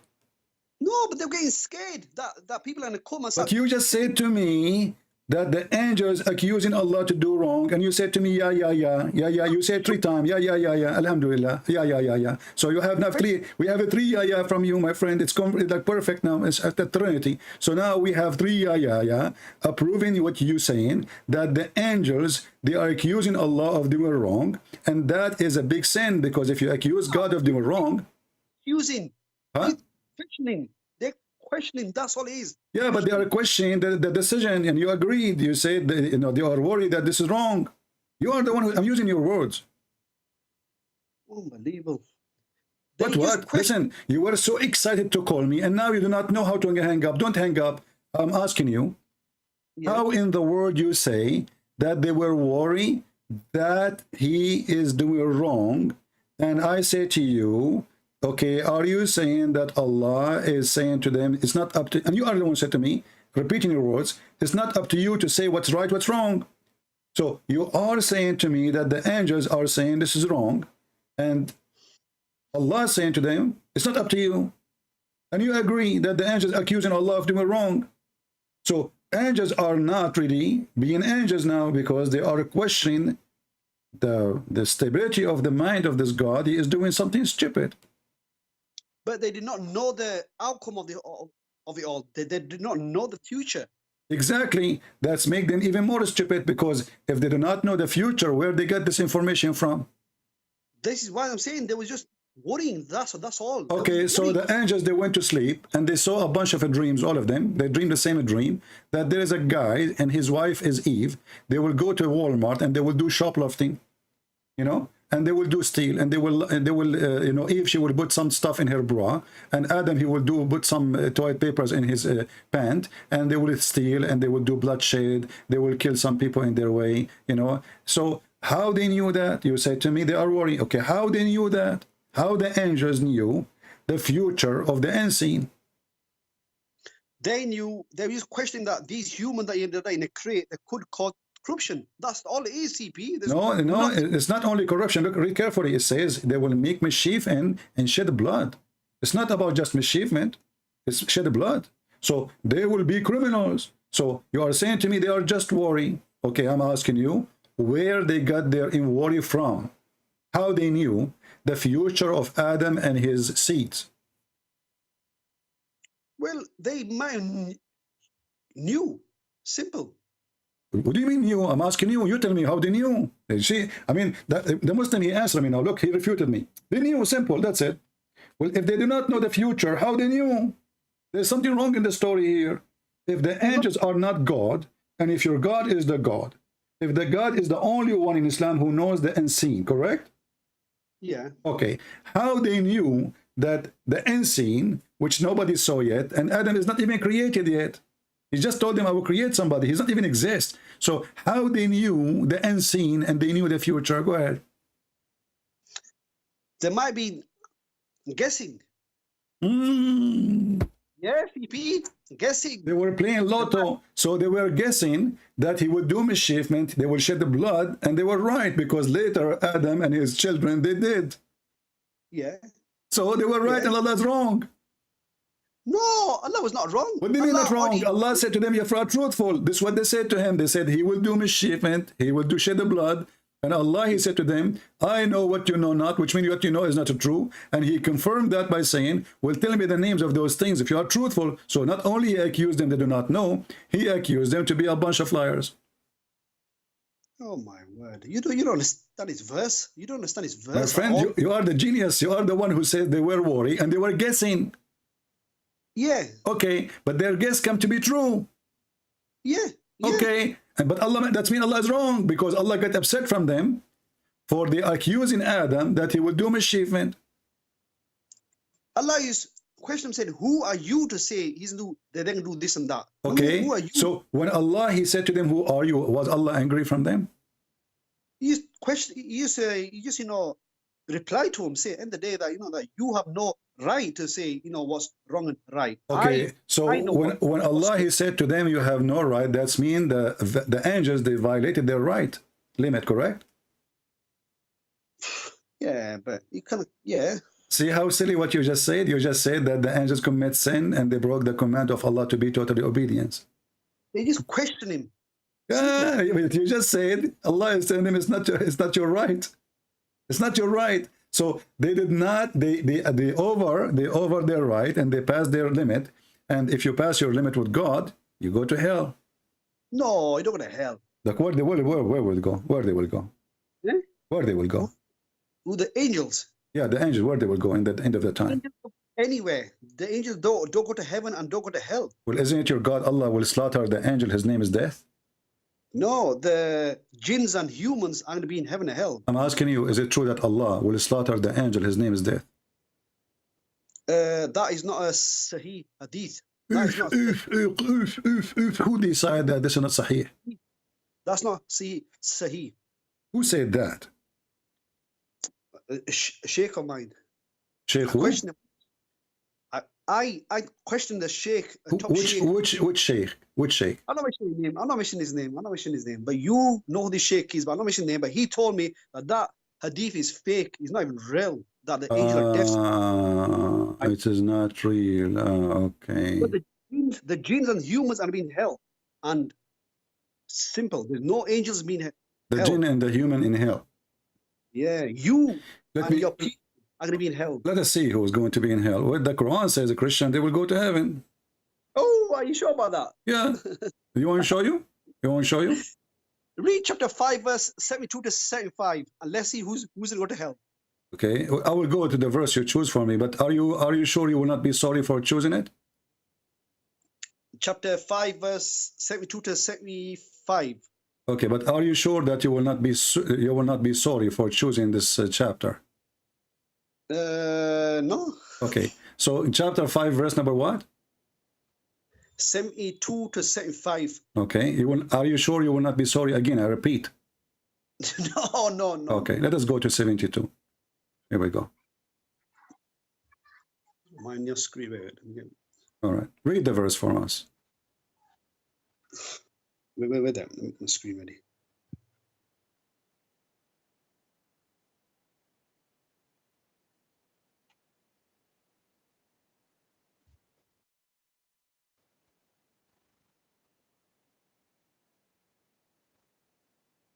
Come on, read it. Hello? Yeah, read it. I mean, you know that. Don't you know the Quran by heart? Yes. Okay. They surely don't believe who say, Lord, Allah is the Messiah, son of Mary, the Messiah, children of Israel, worship Allah, Okay. my Lord and your Lord. Okay. Lord, who ascribes partners unto Allah for had forbidden paradise. His abode is a fire. Your translation is crap. There will be no helpers. Okay, what translation you like me to change for? What translation you like? No, it's all right. Huh? No, it's all right. It's okay? David, for you? It's okay? Yeah. Okay. Yeah. So look what happened now. I asked you 3 times You will not be sorry for choosing this verse? You said no, and you laugh. Look what happened now. It says, surely disbelieve those who say Allah is the Messiah. So if the Christian, they say Allah is the Messiah, how it says here, those who take partner with him? If they say that Allah is the Messiah, that means they are not taking partners. That means he is God himself. He is Allah. You see, taking, hold on, taking partner is saying the Messiah and Allah, they are God. But if they say that the Messiah is Allah, that is a stupid statement to say they are taking partner, because they are not saying there's additional person. They are saying he is the same person. No, it says they surely disbelieve who say. I know Allah when they is- say it. Focus with me. Focus, Zafar. You know, eat hummus. Listen, surely disbelieve those who say Allah is the Messiah. They don't say Allah and the Messiah. They say Allah is the Messiah. So how that is taking partner if they are saying that Allah is the Messiah himself? They're saying that Jesus, they're saying that Jesus, that you Christians are calling Jesus Allah. Exactly, but that's mean he is not a partner. He is replacing the God. This is not partner. Partner is taking Allah and somebody else with him. Like the Muslim, they do. The Muslim, they have Shahada. They associate the name of Muhammad with the name of Allah. We Christian, according to the Quran here, we say that the Messiah, he is Allah himself. So how that is taking partner? So this is a stupid statement in the Quran. And I ask you, I warn you, that is a stupid. Secondly, if the Christian, they believe that the Messiah is Allah, who is the second person, who is the third person in the Trinity? The third person is obviously the Holy Spirit. Are you crazy or what? What's that? Are you crazy or what? What do you mean? Isn't it the Quran says that the Christian, they worship Jesus and his mother? No. That's chapter 5, verse 116. Huh? That's chapter 5, verse 116. And does it the Quran says that the Christian, they worship Jesus and his mother? That verse says, Allah says to Jesus that, did you tell the people to worship you and Mary? Exactly. So how you say to me the Holy Spirit? So in the Quran, there's no Holy Spirit. So look what happened now. In the Quran, there's nowhere as a far. Your knowledge is equal to zero to me. In front of me, you know that. You know your limit. And I'm asking you, can you show me a verse in the Quran? It says that the Christian believe that the Holy Spirit is part of the Trinity.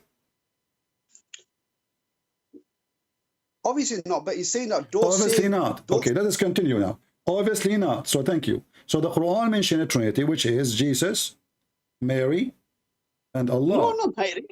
No, not Mary. Not Mary. You're the one who says to me, go to chapter 5, verse what? 106, you said? I said chapter 5, verse 106 is a different story compared to this. What the different story? Okay, read the story. It says, did you say to your people to worship me and my mother? Yeah, because okay. the Catholics so worship her.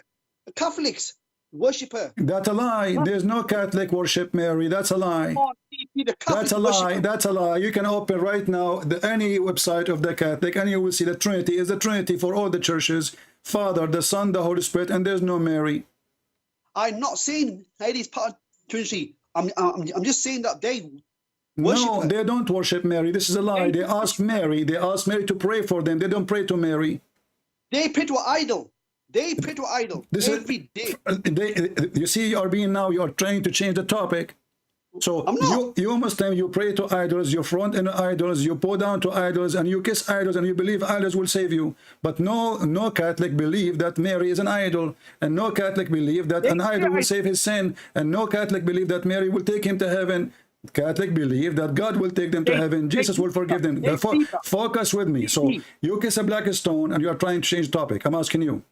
In the Quran, when the Quran says, did you ask your people to say to worship me and my mother? Yeah. Okay, did Allah make a mistake? No. Okay, so what is the Trinity? The Trinity is in chapter 4, verse 171. Chapter what? Chapter 4, verse 171. 171? Chapter 4, verse 171, I'm sure. Chapter 5. No, 4. chapter 4, verse 171. That's Okay. complete. All right. Chapter 4, guys. Chapter 4, verse 171. It says that's about the Trinity, right? But why have you moved on from chapter No, 5? we are verse- not. We are not. We are. You know, you are the one who moved me here, just to show you. Okay, hold on. You moved- Chapter 4, 171. You asked me a question. Where did it say that? Okay, this is hold good on, enough? hold on. Yeah, we want to see. You see, we are here to learn from you. Okay, here we go. Where in the Quran it says that the Trinity is not Mary? Read carefully. This is Mary. This is not Mary. The one. Chapter- Okay, you are the one who says to me that this is the verse you want to read. Read it. It says that don't say 3, and he mentioned the name of Mary in the verse. He did not say 3 he did not mention Mary in chapter 4, verse 171. Okay, but in different verse, does he say that? Did you say to me and my people to worship me and my mother? That's a complete different story. Okay, That's so what is completely- the verse in the Quran tell us the Trinity of the Christians? the chapter 4, verse 171? Where is the Trinity there? It says about Jesus only. Allah is saying, don't say Trinity. Exactly. I'm saying, what is the Trinity? Where in the Quran we can learn what the Trinity? Well, Allah knows what you're doing. Allah knows exactly what you are doing. He knows We He's just saw that the angels they knew and Allah do not know. So what do you mean Allah he knew? Allah knows everything. No, he do not, because the angels they said, are you going to create somebody who would do mischievement? He said to them, I know what you know not. And then we find out that the angels they were right and Allah is wrong. He's not wrong. He's not wrong. Never wrong. But the Okay, chapter- did Adam commit did Adam did mischievement? Huh? Yes. Did Adam, okay, so that means they are right. You are the one who said to me they were guessing, and they were right. But Allah did not say to him that you are wrong. What he's saying, He didn't. No, say not that. only he said to them you are wrong, he said to them you are liars. Because he said to them, in kuntum sadiqeen. What sadiqeen mean? I don't know. Arabic, to be honest. Sadiqeen mean truthful. Don't you know Abu Bakr as-Siddiq?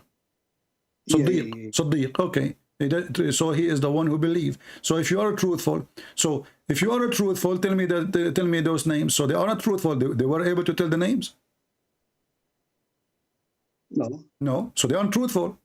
So when your God Allah he made a challenge saying if you are truthful tell me the names, and then they could not tell the names. Did Allah make a wrong challenge to prove nothing, or he proved something? No, he would tell angels. He made it clear to him, who are you to say to me that I'm doing right and wrong? Simple. So They- again, you are repeating what you said to me. Who are you to say to me what is right, what's wrong? So the angels, they accuse Allah of doing wrong. They're not accusing. They question him. It is you who said to me a second ago, he is saying to them, it's not up to you to tell me what is right, what's wrong. So this is what they said. They are telling him what's right, what's wrong. They were saying to him that they were getting worried that why You said to me a second ago, he is saying to them, it's not up to you to say to me what's right, what's wrong. You forgot? Yeah, I know that. Okay, so the angels, according to you, they told Allah this is wrong and this is right.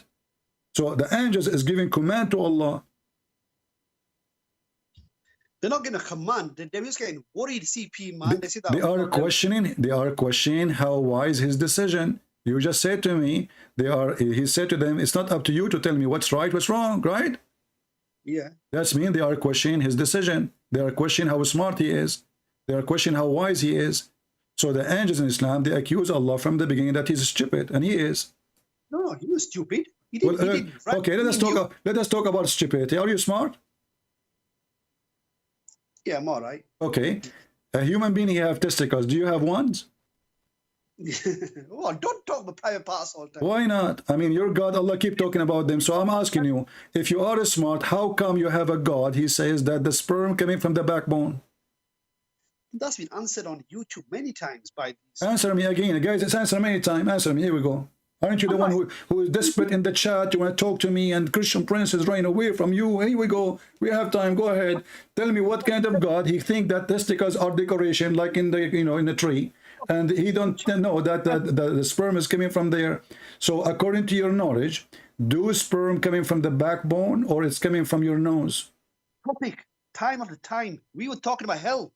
We were talking about hell. Who's Well, going to hell? those who believe in such a stupid thing, obviously they are following a stupid God. They will end in hell, and you will end in hell, my friend. Chapter 5, verse 72, we said Christians are going to hell. Simple. Okay, okay, hold on. Christians will go to hell because they say that the Messiah is Allah, correct? Yes. But there's no Christians say that. The Arabs call No, it doesn't say, hold on, you see, you're just being Abdul again. You said the Christian, they say, you do not say the Arab. Now you're trying to fix it. I am an Arab. And we Christian Arab, we don't say that the Messiah is Allah. Actually, we don't believe in Allah anyway. And we do not even in the Trinity, we do not believe that the Messiah is the Father. The Trinity is not believing that the Messiah is the Father. The Father is a person, the Messiah is a person, the Holy Spirit is a person. So how the stupid Allah, he says, the Christian, they say that the Messiah is Allah, if we don't believe in such a thing? because you believe that these 1, 2, and 3 are one. You believe that they Doesn't are matter. We don't believe he is the same person. What do you mean you don't believe it's the same person? We don't. The Christian, they don't believe that Jesus is the Father. He's not the Father. That's why the Father is the Father and Jesus is the Son. But you say they're all one. See, Doesn't matter, but this is not what we believe. We don't believe that Jesus is the Father. So even the Quran is stupid again, because no single Christian say that the Messiah is Allah. We don't believe in Allah, number one. Secondly, we don't believe that the Messiah is the Father. And that is a stupid statement. So again, we go. You will go to hell, and you're trying to avoid the question, what kind of God he claimed to be God? He says that you as a sperm, as a semen, when you were in the backbone of your father, you know. Topic, man, come on. Don't you topic here, man. What we will say, you agreed already with my first topic that Allah is a stupid, because you told me, he said to them, it's not up to you to say what's right, what's wrong. So they are accusing Allah to be wrong. And that's it. We got the goal. So you agreed that the angels were giving details to Allah not to do, what to do, what not to do. And Allah was saying to them, it's not up to you. See, people got more important things to talk about than hell. We got hell. Yeah, okay, let us talk about hell. Is it true that Allah will insert in your anus a chain? Oh my word, look at this. What? The main important topic is who is going to hell? The Muslims or okay, who is going to go to hell? All Muslims, the Quran says, وَمَا مِنْكُمُ إِلَّا وَارِدُهَا. Do you know what does that mean? Huh? You are a Muslim, right? Yeah. So you Muslim, when you go around like rich people, you speak like trying to speak Arabic to fool them, to make you sound like Arab. This alhamdulillah, mashallah. But the second we read for you something from the Quran, you have no idea what I'm saying. Is it the Quran says وَمَا مِنْكُمُ إِلَّا وَارِدُهَا? Speak well, I don't know Arabic, obviously. I don't know Arabic. Okay, so what you say, mashallah, in Arabic? These are small words. Okay, small. Let's go to the small one then. When the Quran says, not a single of you, but single one of you, speaking to all Muslims, but he will enter hell. Was Allah making a mistake? No. What the translation that means, the country that means, every Muslim is in a walk above hell. Well, this is a lie. I can show you the Islamic. Do you know Ibn Abbas, the cousin of your prophet? Yeah. Okay, is he stupid? No, not stupid. So can we take his opinion? Well, my opinions are Who are you to say my opinion? Are you like Ibn Abbas now? Allah is saying the Muslims are Can we take Ibn Abbas' opinion, or we cannot take Ibn Abbas' opinion? No, take him out and go to chapter 9. Why you don't want to take him out? Because the Quran, Allah says that we are going to be in heaven. Chapter 9. Read for me. Here we go. This is Ibn Abbas, and this is the official government website of the Kingdom of Jordan. Read for me. It says, not one of you, but he will enter hell. Read it. Read it. All of you Muslims are going to hell. Muhammad, he knew it.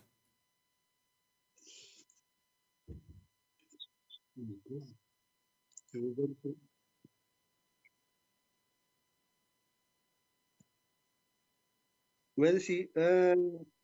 What's this hadith? What hadith? This is interpretation of the Quran. Ibn Abbas, it says in Tanwir al-Miqbas, Tafsir Ibn Abbas. Approach is not a single one to the exclusion of the prophets and messages, save that he will enter hell. There is not one of you but shall approach it. So all of you will enter hell except the prophet. Good for me, Arabian prophet. My name is Arabian prophet, so I will not go there, but you will go there. Your parents will go there. Your family will go there. All the Muslims will go there. And the Quran confirm it. Not according to chapter 9, verse 72. My friend, you are quoting for me to a contradiction, because the Quran is a stupid book. So in one verse it says you will go to heaven, and now not even one of you, but he will enter hell. It's a destiny. It says it's a destiny. Hukman maqdiya. It is a destiny. It's a decree. It's a decree. Do you see? It says a decree. A decree must necessarily take place. Read. Do you know how to read English? You do not know Arabic. So do you know English? It says it's a decree that must necessarily take place. Do you see it? That's Abbas. I'm talking about what the Prophet said. The Prophet and Allah says. Well, this is what Allah said too. This is the Quran. The Quran is saying that. Chapter 9, verse 72. Allah is The saying, Quran saying, it is a destiny. It is a destiny. It is a destiny. Not a single one of you, but he will enter hell. Allah has promised the believing men and women gardens beneath which rivers flow, Okay. which they will abide eternally. Chapter 9, verse 72. Okay, let me show you this. Verse 72. In Okay, heaven. I want you to read this for me. If you pray to Allah, if you fast, if you kill some Christian and some Jews, are you going to go to heaven? If you what? Fast.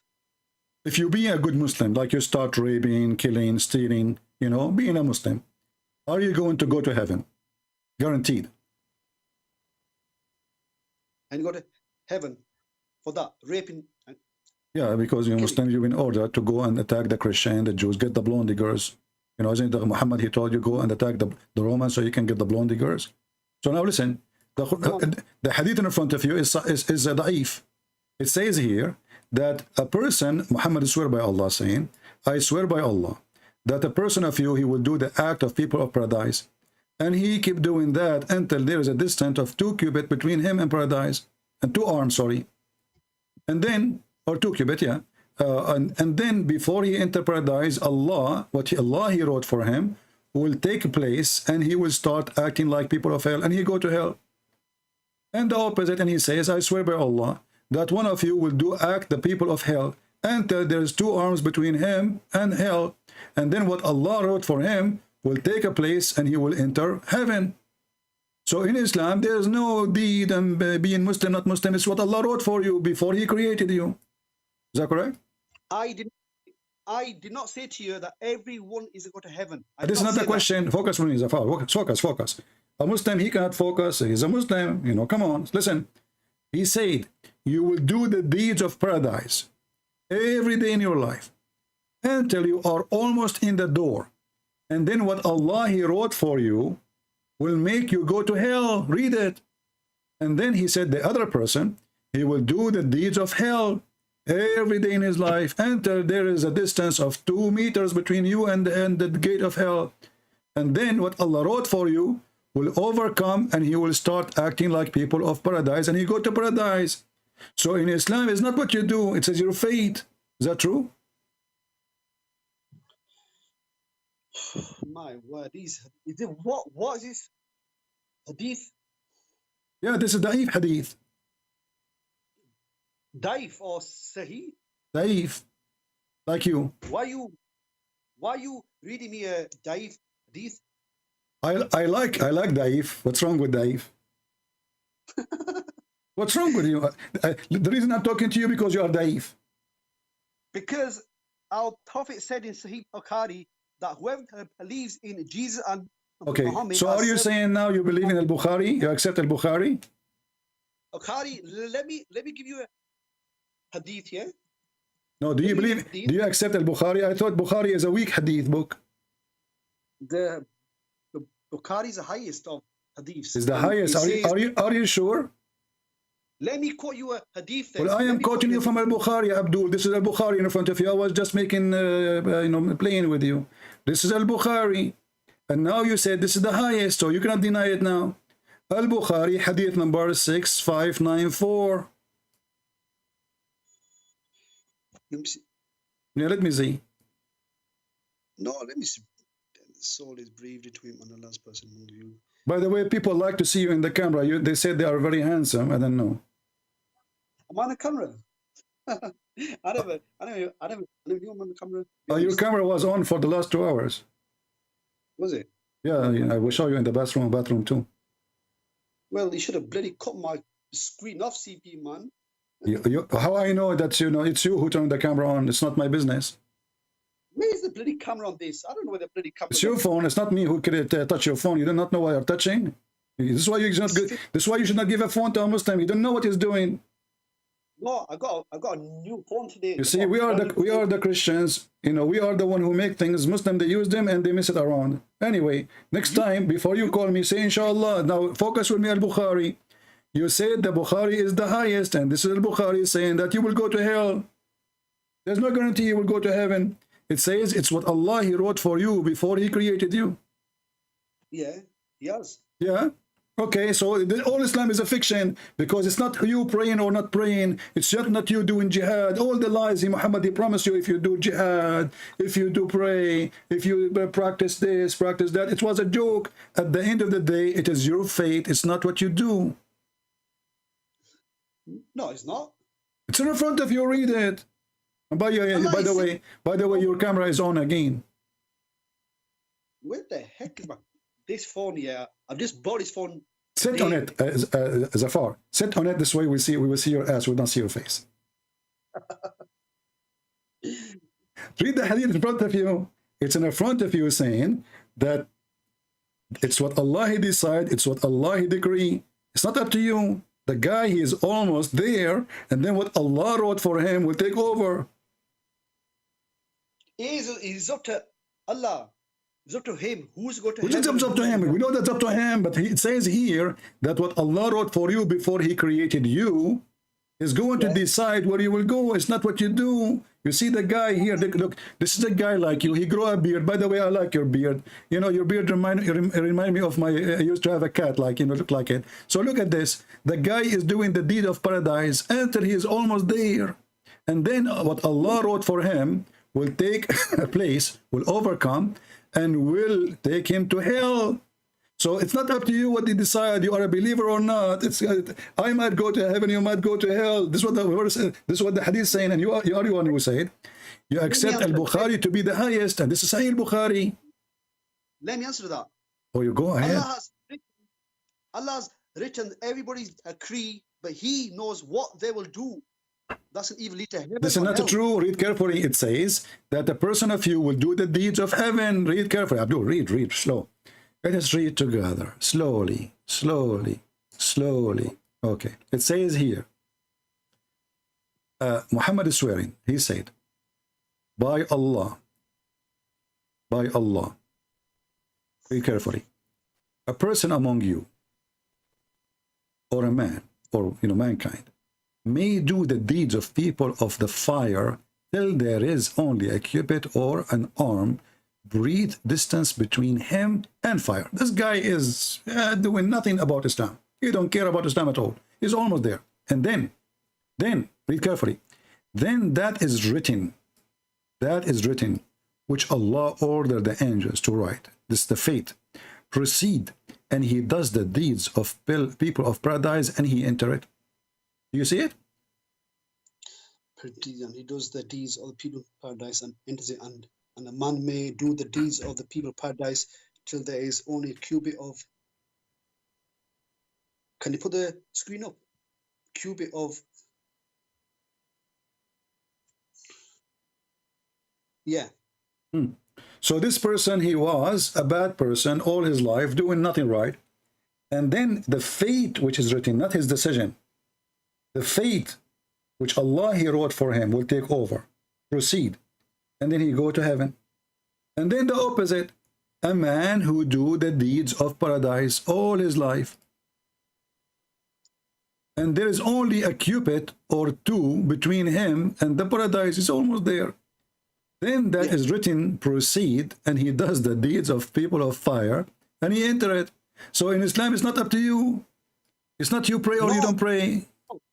But that answer for that is that this person has been doing all good all his life, but right at the end, he does something stupid. Exactly, but who is the one who made him switch to the stupid? Allah. It says what is written by Allah. It says there, it says what is written by Allah. You misquoting this verse, man. Abdul, it says, and then what is written by Allah, proceed, correct? Yeah. Okay, the written by Allah is his decision or decision of Allah? Well, let me read it. This is between him and the fly, but then... Did you see why I blocked you before? Let me read properly. But then that... What do you mean? You did read it already 3-4 times. I mean, how slow are you? You see, I think your phone is not good. Where do you get your phone from? Is it stolen phone? No. Because the Muslim, they have a stolen phone market in London, you know? You go to the Muslims area, you will find a stolen phone, stolen bicycles. I mean, everything stolen is there. Stolen credit card, watches, you name it. Muslims are good believers. True. Yeah, they're bloody Christian countries, aren't they? Obviously. You are the one who stated, and you are the one who said, and then you claim that you are following God. His name is Allah, and you are decent, and you grow a beard. But then the writings which Allah has ordered the angels to write proceeds, and he does the deeds of the people of paradise and enters it. And Mamin. What Mamin? You remind me the guy, the Muhammadan, the guy taking Shahada. Is that how you read English?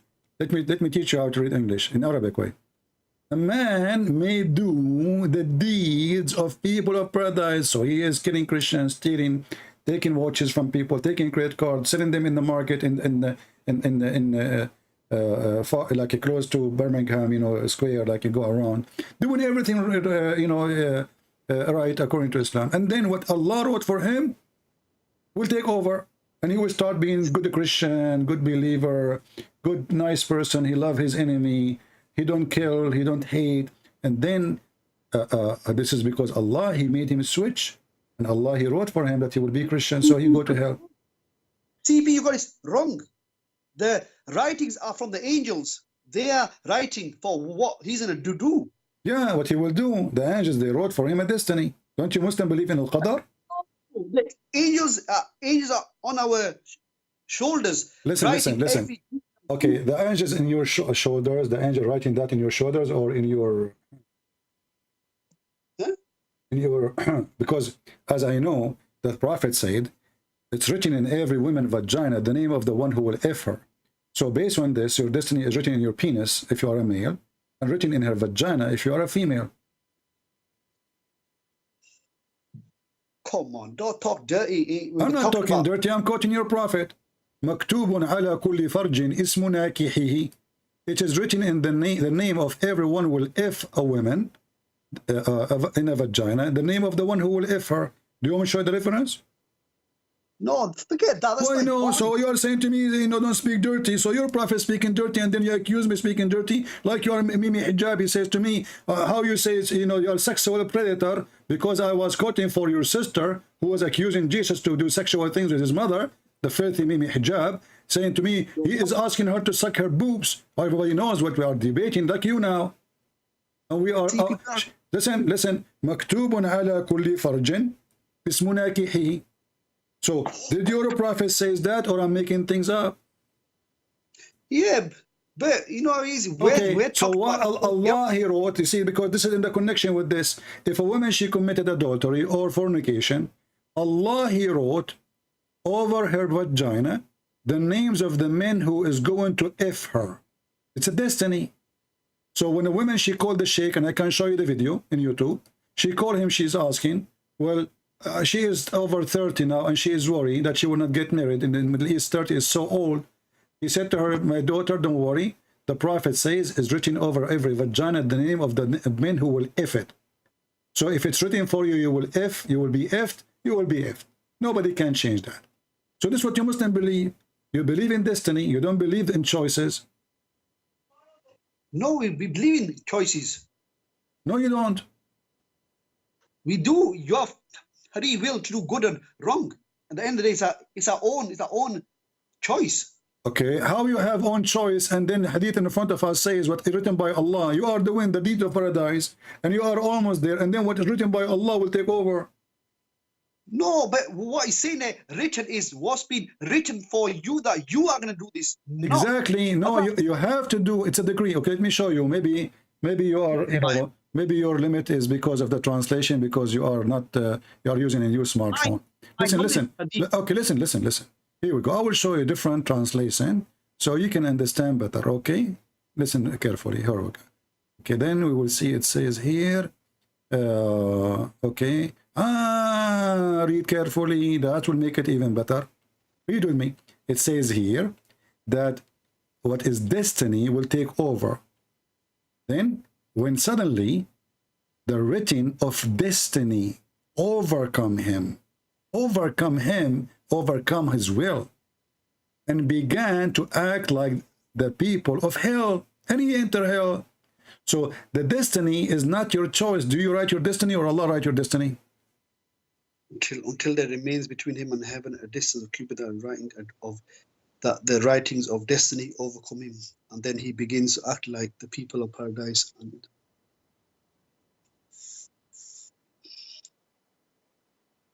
why you don't call me? Why you don't call Muhammad Hijab to join us so we can laugh more? There's no about laughing more. Well, we will see. Call Muhammad Hijab. I challenge you. Call him right now. Let him join us, this coward who ran away, and let us see all those potatoes in UK. All of them called him right now. I am the only Christian here, and all of you with the beard. And let everybody laugh. Let us see what they can do. Open talk. The same way we are doing. Call them. Let us see. They don't talk to you, but you bloody speak. They don't dare to talk to me. This is excuse. They don't dare. They are afraid what will happen. Like what happened to you now. Look what happened to you. So I'm asking you, I'm giving you a chance. Do you like to call them to seek help? I'm here. Are they men enough to join us in a conversation? Call them. Well, that's up to them. I don't have their contact details. Why you don't call them? Call them to join us. I'm not asking you to call them to have a dinner now. We want to see. As you see, this is embarrassment. You cannot answer. They cannot debate. They keep running away, and they are potatoes. So who is of you who have a knowledge? Who is the Muslim have a knowledge? None of you have a knowledge in Islam. We are the Christians. Even the Quran says that to Muhammad, if you have a doubt about what we revealed to you, go to Christian Prince. The Quran says that. This writing of destiny is the person's own fault. Is his own fault. How is your fault if it's a destiny? How it is fault if it's a destiny? His own destiny. How it's a destiny written by Allah before he was created, and this is his fault now? No, because Allah's already written what this person is gonna do. Simple. Yeah, it says here. No, it says here. Yeah, what he will do, but it's going to overcome. He wrote for him. He decided for him. Oh my word! You don't even know. Your camera is open again. I saw you jumping like crazy. What's happening to you? You're acting like a monkey now. I'm sitting down. I'm sitting down. I'm not jumping anywhere. No, you were moving like a lizard. No, I'm not. I like it when you shake head. You like your lizard. What happened to you? By the way, what kind of God do you think the lizard is the enemy of God? Lizard. Yeah, what kind of God do you think the lizard is an enemy of God?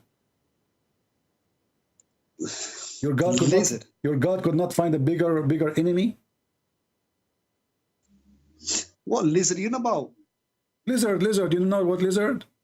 Because I see how you're shaking. You're shaking like one. So that's why you remind me of him, Mr. Lizard. He's a friend of mine, actually. He eat the mosquitoes around in my yard. So look what happened. You have a God who is so great. He wrote your destiny, and he wrote the destiny of the lizard, and now the lizard become his enemy, and now he's ordering you to kill the lizard. And what kind of religion? The religion, Allah, he waged jihad against the lizard. I mean, he could not find even something bigger. His main enemy is Shaitan. The Shaitan's his main enemy is lizard. No, it's not. It's the Shaitan. Okay, let us see. Here we go. Iblis. Okay, here we go. Your prophet, even he gave a special reward to the one who killed the lizard from the first shot. Yeah. Why? Why you want to kill the lizard? Well, that was. Listen, if you had a lizard in your house, what do you do? I welcome him because he will eat the mosquitoes, he will eat the insect, he will never harm me. Lizards are Never very... keep a lizard in your house. You would never keep a lizard. Lizard, they are very useful animals. They are not bad. Have you ever heard of somebody die because of a lizard in the Middle East? Nobody will keep a lizard in their own house. Okay, Never. read the hadith. Read the hadith. Go ahead.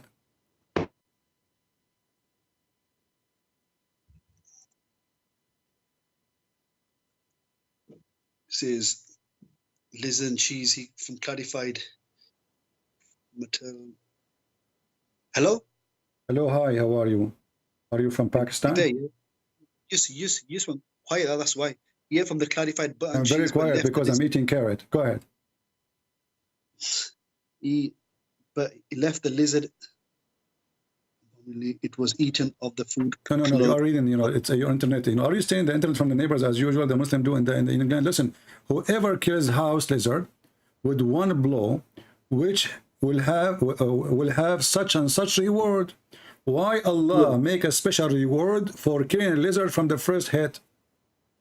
I don't know. What do you mean you don't know? You are the Muslim who excited to call me, and you don't. Each time I ask you a question, you say I don't know. Is that the only answer you have? Is try to switch. So, what kind of God? His enemy is Mr. Lizard. Is that a cartoon? He's not enemy. No, he's his enemy. He just don't like him. He just doesn't like him. Okay, give me the reason. If you kill him from the first hit, you have the top reward. If you kill him from the second hit, you have a second reward, less reward. If you kill him from the third hit, you have the lowest reward. Why? Give me the reason. Must be a reason that we don't know. Is the work of the unseen? It's unseen that he knows why. What do you mean you don't know? Okay. So what is the problem between Allah and Mr. Lizard? Maybe we can fix the problem. What is the problem between Allah and the lizard? It's same as a swine, pig. Okay, but lizard is not a swine, and your prophet and the Muslim, they used to eat him. Who? The Muslim, they eat lizard. But that was in history. It's not now. No, you eat it now. You eat it now. You go to the Middle East, you will see them. Go just type now cooking dub in Saudi Arabia. Dub. We never know. Listen, Abdul, I'm asking you. Don't change topic. I don't care about your kitchen now. Why Allah want to kill the lizard? What the problem? We don't know. I know what you know not. You see, you Muslims are not Muslims. You are fake. According to your prophet, that lizard, he tried to put fire on Abraham. Is that true? To be honest, I don't have a clue about that. What do you mean, to be honest? Are you saying to me all that time you were not honest and now you decide to be honest? No, I'm saying that Abraham... Okay. So I'm asking you, is it true that according to your prophet, that Mr. Lizard, he was the only creature who tried to burn Abraham? If that is true, then okay. It's okay. So don't tell me now that Allah is not the enemy of the lizard. So the lizard is the enemy of Allah. Yeah. Okay. So now, how lizard can burn Abraham? Explain to us. Let us find the hadith. Huh? How can lizard burn Abraham? Yeah.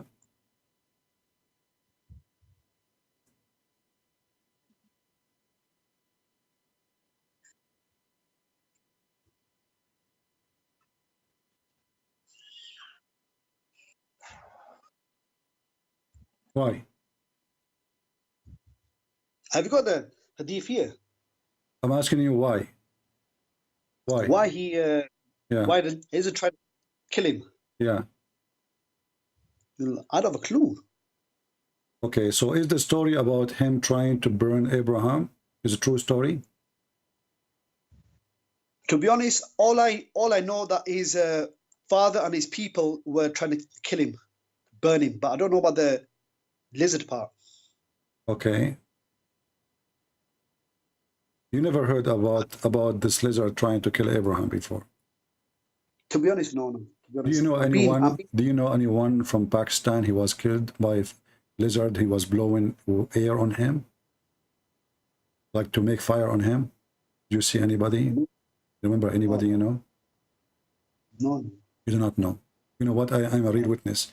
When once I was in the Middle East, there was a guy. He had a fire in his car, and then there's a bunch of lizard.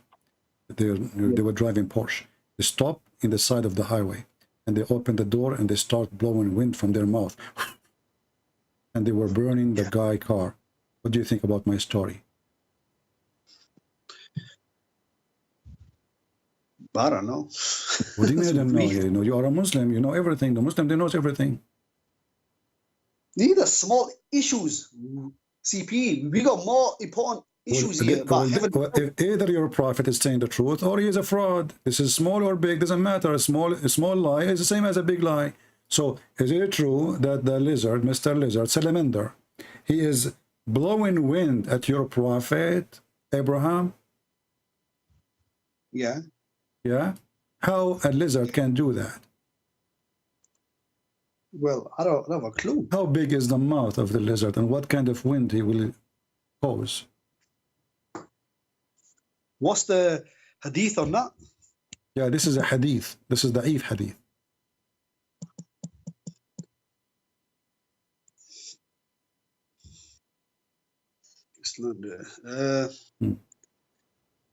Killed, blow, Miktas by, all right, killed by a blow, to be killed, saying that.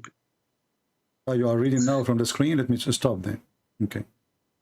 Speak of Abraham being put in fire in the tradition.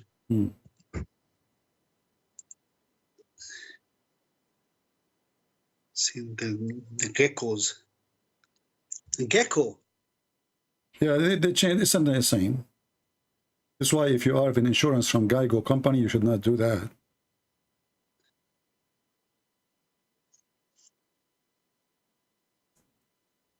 Abraham, speaking to Abraham. So is this a story is true or this is a fabrication from your prophet? When I said that to you, you start laughing, but now you are taking it seriously because your prophet says that. See how Muslim they are hypocrite? You know, it's funny when you tell them a story, they couldn't know about it. The second you say the prophet said, they believe it, that's it. They don't dare to say it's stupid. Seeing the gecko blew on Abraham. Putting the fire in this tradition is he said that the gecko blew on the fire to stir it. He just says that it blew on the fire that was already up. The fire was already up. Yeah, who is the lizard? Why he is doing that? So this lizard is there, blowing it. Okay, I said to you, who is the enemy of Allah? The lizard. You said no, Shaitan. So when the lizard is doing that, is he the enemy of Allah? Well, he did an evil act. He did an evil act. Simple. Okay, is he the enemy of Allah when he was doing that? Enemy of Allah? No, he's the enemy of Abraham. Okay, I want to ask you: is pigs are good? Huh? Is pigs are good? Pigs are good. They are innocent animals, but they are unclean. Unclean. So which one is better, the lizard or the pig? To be honest, according to this hadith, they're both the same. Both are the same. Okay. According to your prophet, all animals in the world, they were trying to stop the fire on Abraham, except the lizard. He was blowing wind. So according to your prophet, dogs, cats, cockroaches, fly, mosquitoes, everybody was busy, the same as we see in the cartoon in the jungle. Everybody was trying to put the fire down, except Mr. Lizard. Do you agree with this story? Your camera is on, by the way. This phone is bloody wrecked. Do you want to give it to me for free? I will give you my old phone because my old phone does not have camera at all. Yeah? My old phone does not have camera. You know, I burn old. Anything have camera will burn. The second you open the camera on me, the camera will be burned. So if you want, we can switch. Did you steal it, or this is something you bought yourself? Did you store it from somebody, from a rich guy? Oh, I got it new. So just give me it doesn't your matter. A brand new story. Okay, no problem. So now, when all the story in front of you is Allah is telling true story, or this is a fiction, stupid story? If the hadith is sahih, then cool, is yes, real. This is not the question now. Is this story is true story? Is it you believe that all animals really they are trying to stop the fire of why animals? Why a mice and donkey and horse and camel and cats and rats? All of them they are trying to stop the fire in Abraham. Tell us why. What is their interest? What their interest? Is that a cartoon or this is a true story? Told Ezekiel forbade the snake with a short tail snatch of it as 2 lines and said cause it's courage.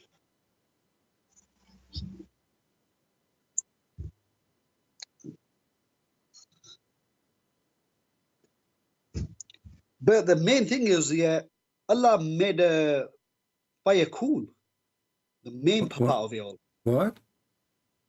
Allah said to the fire, be cool and This is not the question. I'm not asking you. Your God is a silly God. He says stupid things. Be cool. Like what the heck? So now, if Allah is saying to the fire, be cool, why is making all the animals come to stop the fire? I mean, this is stupid. If the fire is not fire anyway, so why is asking the mosquitoes and the cats and the rats and the dogs to come and put more water in the fire if it's not a fire no more? Snake 2 lines. I like it when Muslims they laugh at Allah. I'm the only one who make Muslims laugh at their God. This is true. It's not laughing. And You're laughing. Everybody heard you, and the camera is on again. Camera's on. Well, I don't know. To be honest, yeah, I'll be truthful with you. Yeah, I'll be truthful with you. And I knew about his story. I knew about his story, about everything about it, apart from all the animals that trying to blow on it.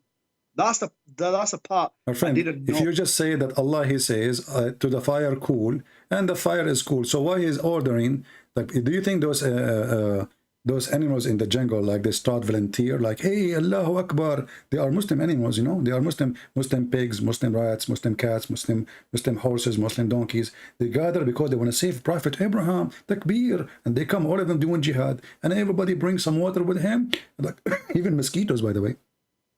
They put water in their mouth, brother, and they go over the fire and Abraham, and they throw, you know, it's like helicopters, everything you can imagine.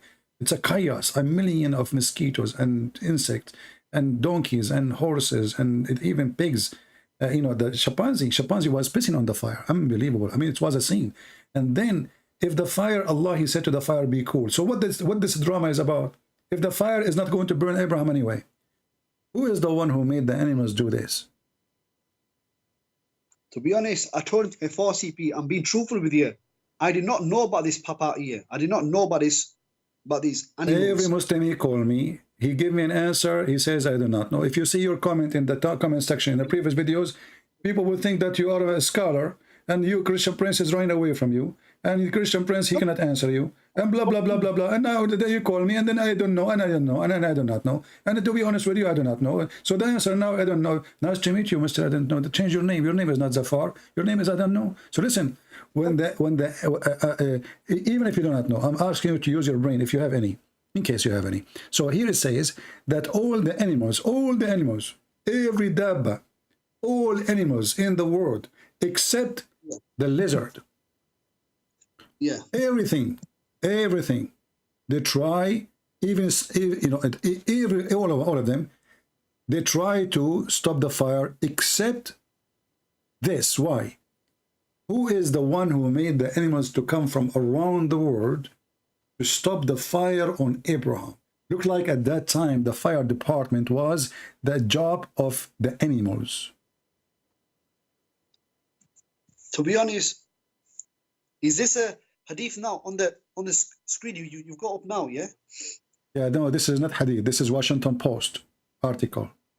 No, I mean, you are asking me if this hadith, it says the Prophet said, it says Abu Mus'ab said, and you are asking me if this is hadith, it says the Prophet of Allah, blah, blah. So do you think this is, so what is going to be? Obviously it's hadith. Do you think in Washington Post they say Aisha, she said? What's wrong with Muslims? Aisha, it is gecko because the Prophet Allah told us that there was nothing, they did not extinguish the fire for Ihram except animals, and she did not. So he did not kill it. Don't touch your nose, man. I see you in the camera. I'm not touching the screen. Oh, you were touching something else. Okay, sorry, I got you wrong. I'm on the screen. Oh, again. Okay, read. Okay, read.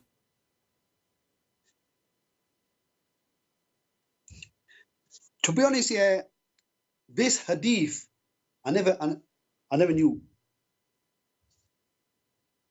Don't you think, Zafar, that your God is a stupid God and your prophet is a silly prophet and he is not a prophet? Do you really believe in this story? Do you, be honest with me, do you really believe in this story? There's many stories going around that we can't answer.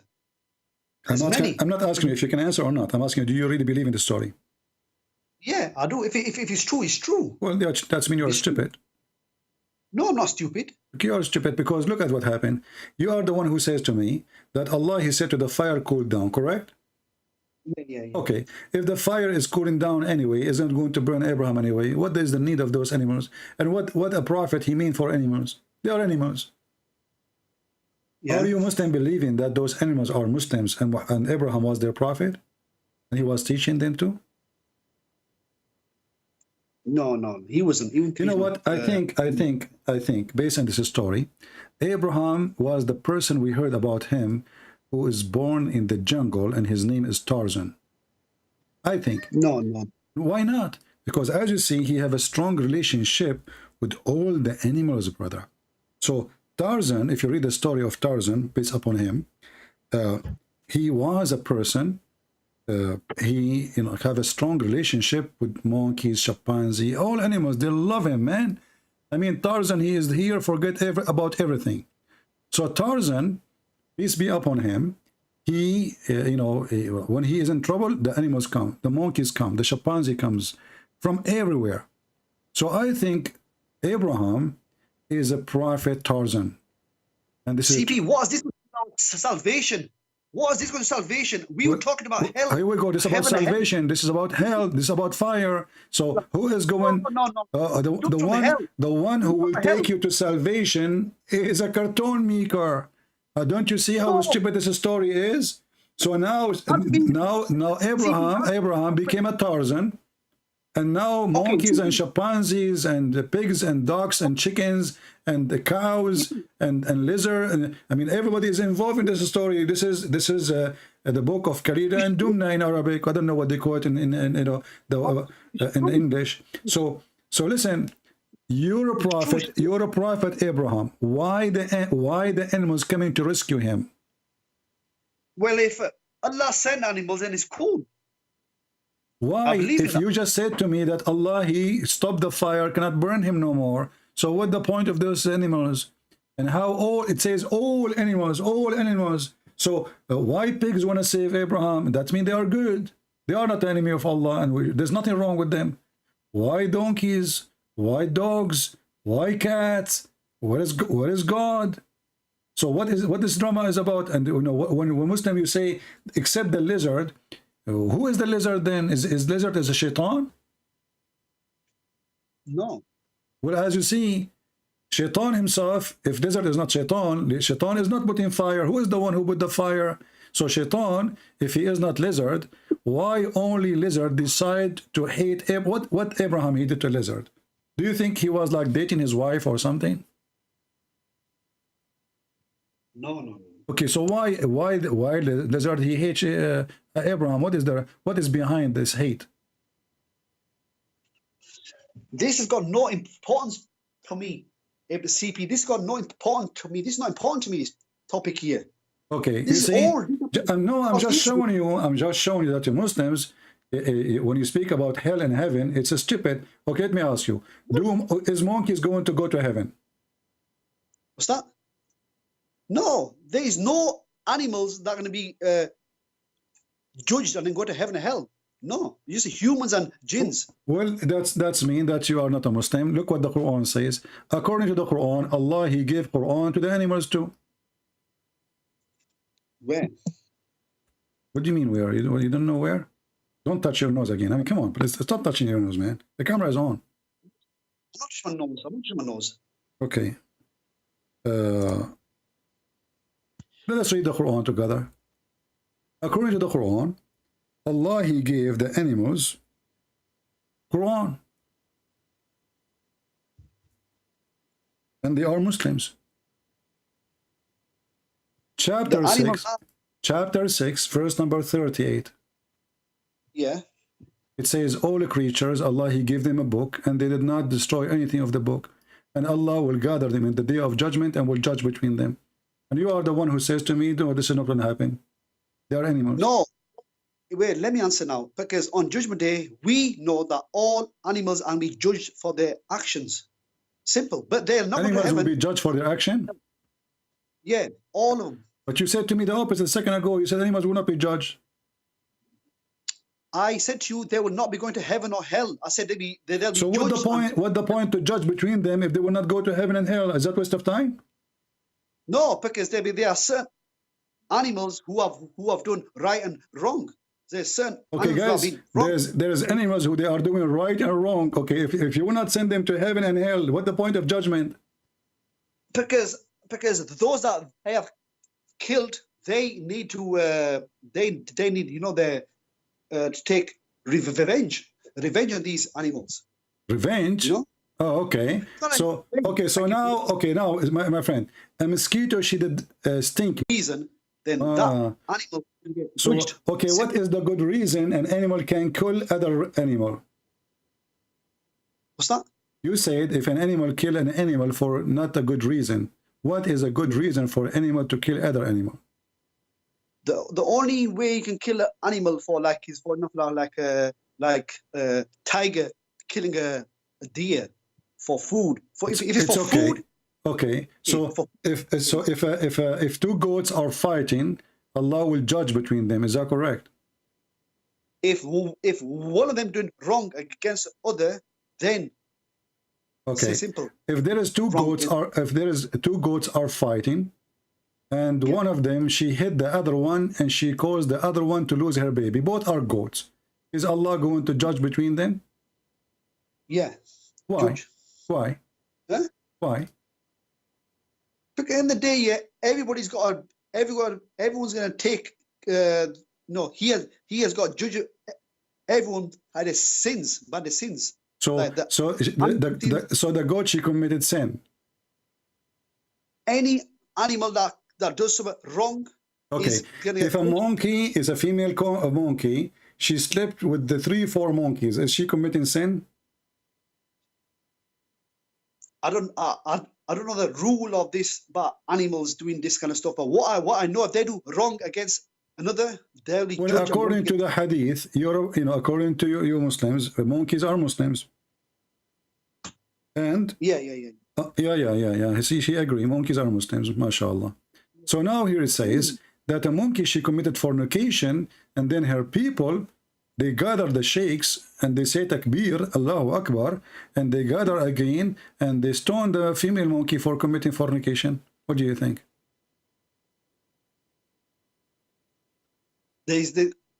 I don't know if there's any such thing about animals doing this kind of stuff, fornication, if it's right or wrong. I have a hadith in front of you. The hadith is in front of you. It says, this is the companion of your prophet saying, during the pre-Islamic period of the ignorance, I saw a she monkey surrounded by a number of monkeys. They were all stoning it because it had committed illegal sexual intercourse. I too stoned it. Even the guy he joined in the stoning, all the Muslims, monkeys are Muslims. And you agreed, you said monkeys are Muslims. Where the monkeys they learned that this is the punishment of fornication is stoning to death? Where they learned that from?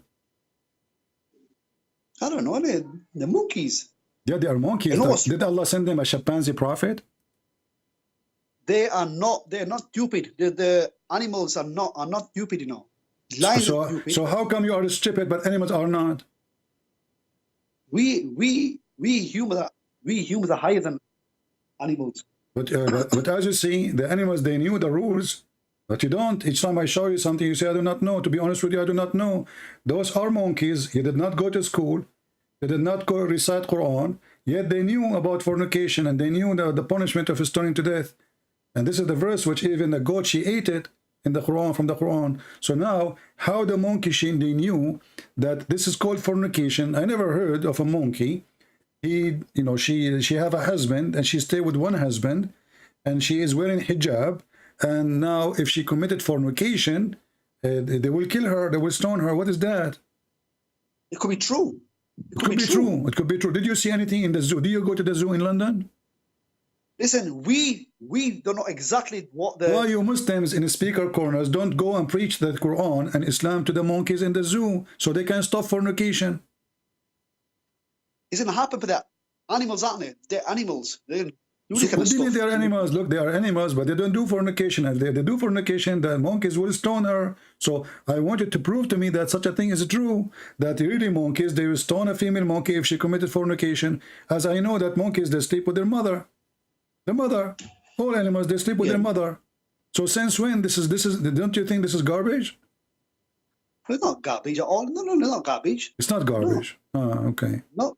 So do you think monkeys are Muslims? Do you agree that monkeys are Muslims? Do you agree actually? Already you said yes. Okay, let me ask you then.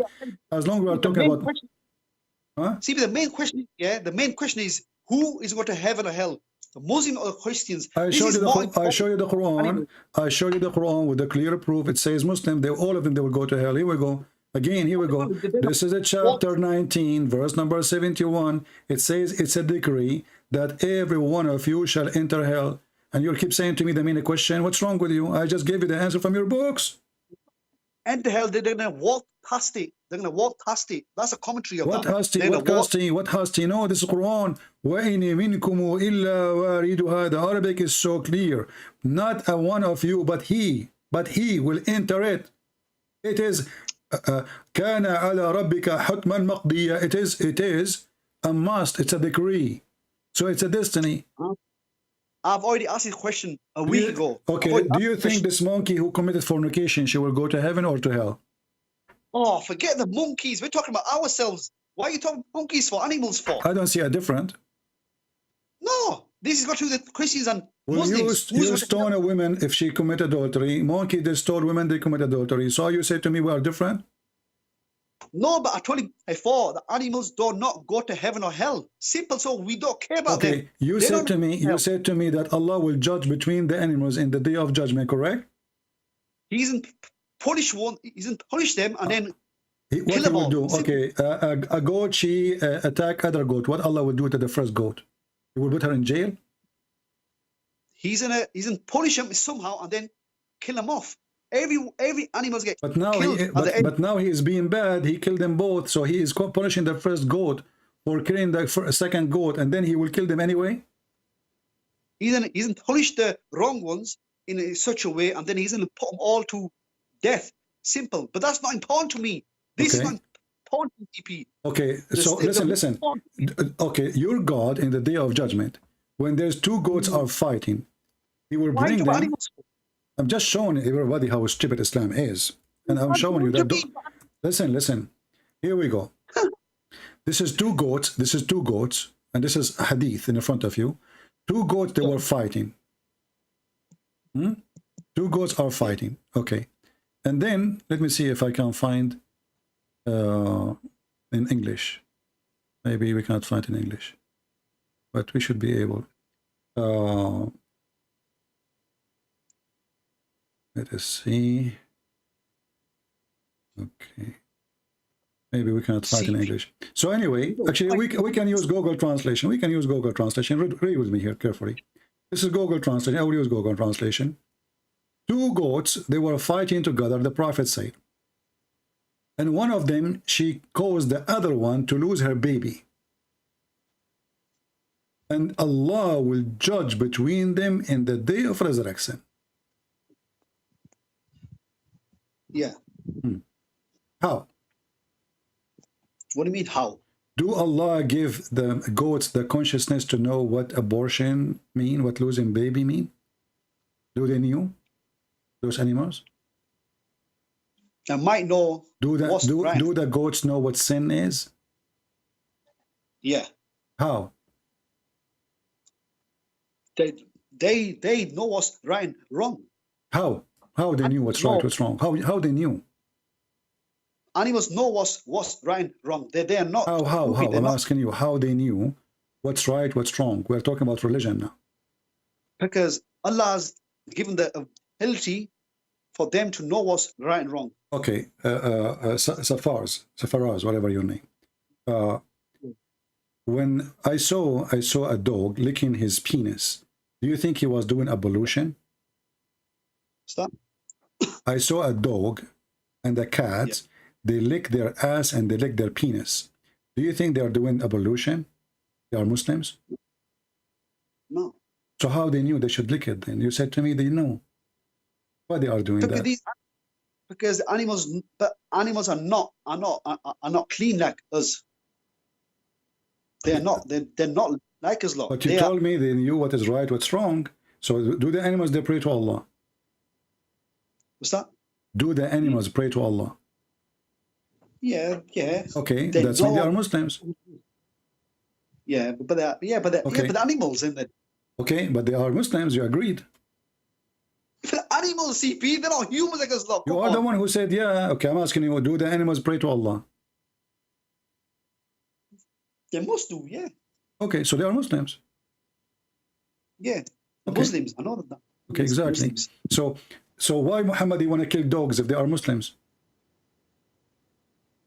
He don't want to kill them. It's the black ones. No, he ordered in the beginning to kill all dogs. He did not want them to be in the city of Makkah because they are listen. First of all, this is where he lives. So he don't want dogs where he lives. Why? Because dogs, they hate him. They knew he's evil. Dogs, they can feel. No. Don't lie. They are unclean. That's why they're unclean. Well, are you clean? Yes, I'm clean. You are not. The dogs are clean. Okay, let me ask you. If a dog he have lice, does that make him dirty? What's that? What is it? If a dog have lice, dogs have lice. Yeah. Is that because they are dirty? No, it's because of their mouth is dirty. It's unclean. The main part is the mouth.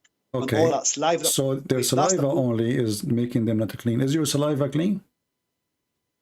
Yes, but I'm human, obviously. Well, according to science, your saliva is more dirty than the toilet seat. Go check. My saliva, is cleaner than the animals. Simple. How you know? Because they're animals. They're dirty. They're not clean. Okay. They're not. So only the saliva of the dog is dirty because Muhammad, he says if you touch the dog you have to wash etc. time, not only saliva, right? So is the dog is najis? Is he najis? Doesn't matter what we touch, or only if we touch his mouth? Yeah, and that's a well-known fact by the health experts around the world. They say that as well. That okay, what they say? Tell me what they say. Is okay, but I'm saying to you in Islam, is the dog all of it is najis or only the saliva? I've been told that the main part is the saliva. The main part. So if you touch a dog is okay in Islam? I've been told you can touch it, but not the saliva, not the mouth part. Keep away from the mouth. So what about the blood of the dog? Is it clean? To be honest, I don't know about the blood part, but the main part is saliva. I have a friend. He take a shower in a spot of water like a jacuzzi, have dead dogs in it, and women blood from period and garbage. Is that okay? CP, we got more important things to talk about. Heaven and hell, and you're talking about this is about heaven and hell. Your prophet obviously already in hell because he is filthy, dirty. What kind of a prophet? What kind of a prophet? What kind of a prophet? Your camera is on again. What kind of a prophet is going to jump in the water, have dead dogs and women blood from period, and garbage? Yeah. Why? I don't know. I wasn't there. What do you mean you do not know? Do you think this is crazy? If right now, if you're Muslim, you have a videotape of me jumping in water, have dead dogs and women blood from period, aren't you going to make a scandal about it? Hey, Christian Prince, we found him, jumping with dead dogs, water, and women blood from period and garbage. Hey, crazy Christian Prince, prove it, Why you don't question the behavior or the mental illness of your prophet? Why a person, he have a brain, will do such a thing? He wasn't. Cough, yeah, cough. Yeah. Drink water, yeah. You need a lot of water. Be sure that the water doesn't have dead dogs and women blood from period. Have you ever did ablution like your prophet, or you Muslim Sunni don't follow the step of the prophet? Because now, if I am a Sunni, I have to order some dead dogs and women blood from period and some garbage and mix it in the bathtub, and then I do ablution from the water because we should follow the steps of the Prophet. No, this was already there. He did not put the things in there. It was already there. Oh, okay. So they are already there, and Muhammad, he jumped there because they like it there. No, just a one-off. I don't know. But Why you he like said it? it's okay. Okay, what do you think? Do you think this is normal behavior? No, if he said it's clean, it's clean. How it's clean and there's dead dogs in it and women blood from period and garbage. Even the translation saying garbage, not me. Garbage. Do you see what garbage mean? It's a small amount of water. It's not running water. It's a still water. It's a stinky water, and the water color changed. So how in the world Muhammad he do such a thing? So how we can follow this guy? This guy is have mental illness, obviously. Not mental illness. He's not going to mental illness. Don't say that. So what he have? Tell me. I don't want to be rude. Okay, I'm not going to say the word mental illness. I will say Muhammad is obviously stupid. If he had mental illness here, how could he have got the whole of Arabia to follow him? By the sword. Come on. By the sword. Arabia. By the sword. By Oh, the sword. don't talk rubbish. By Don't the talk sword. rubbish. By the sword. If you go to the chapter of Al-Fatah, it says when the Fatah came, when the victory came, everybody entered Islam by waves. Is that correct? When they entered Mecca, they did not even touch one of the enemies. This is a lie. This is a lie. Only he. First of all, Mecca is his people, his cousin. You know why somebody want to kill his families? And Muhammad is trying to take over them. He don't want to kill them all, because if he killed everybody, nobody will support him. But I'm asking you, is it true? The Quran says when the victory by the sword came, people they start going inside Islam by waves, not by one, not by two, by thousands. Is that true? Yeah. Okay. How come? Because of the sword. And is it true when your prophet he died, Muslims they start reading Islam by waves? All right, let me answer that. So look, they enter Islam because of fear. They leave Islam because fear is gone. They thought Muhammad is gone. And then Abu Bakr, he launched a war. It's called the War of Apostate. Is that correct? Against who? It's called the War of Apostate. Right away, when Muhammad died, people are left Islam, correct? Not all of them. Not all of them, exactly. So what you do, you attack them by the sword and you force them to convert again.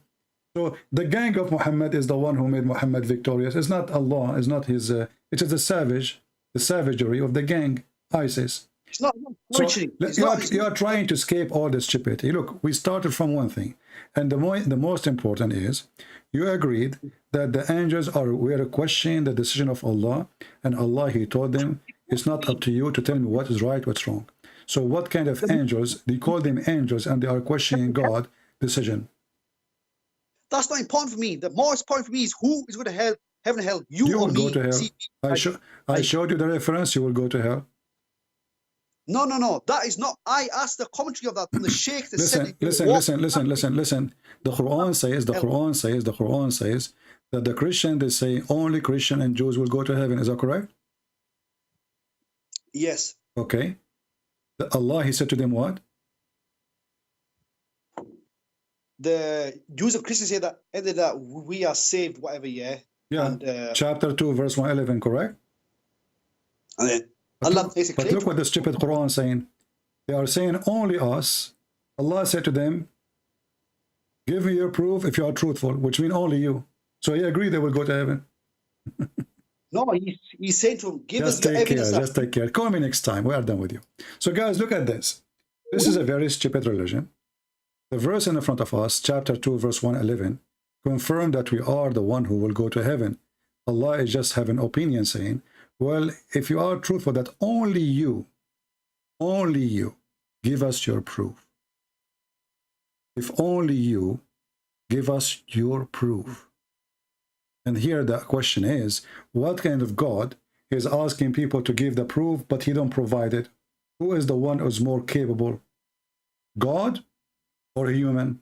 Why you don't give them the proof that they are wrong?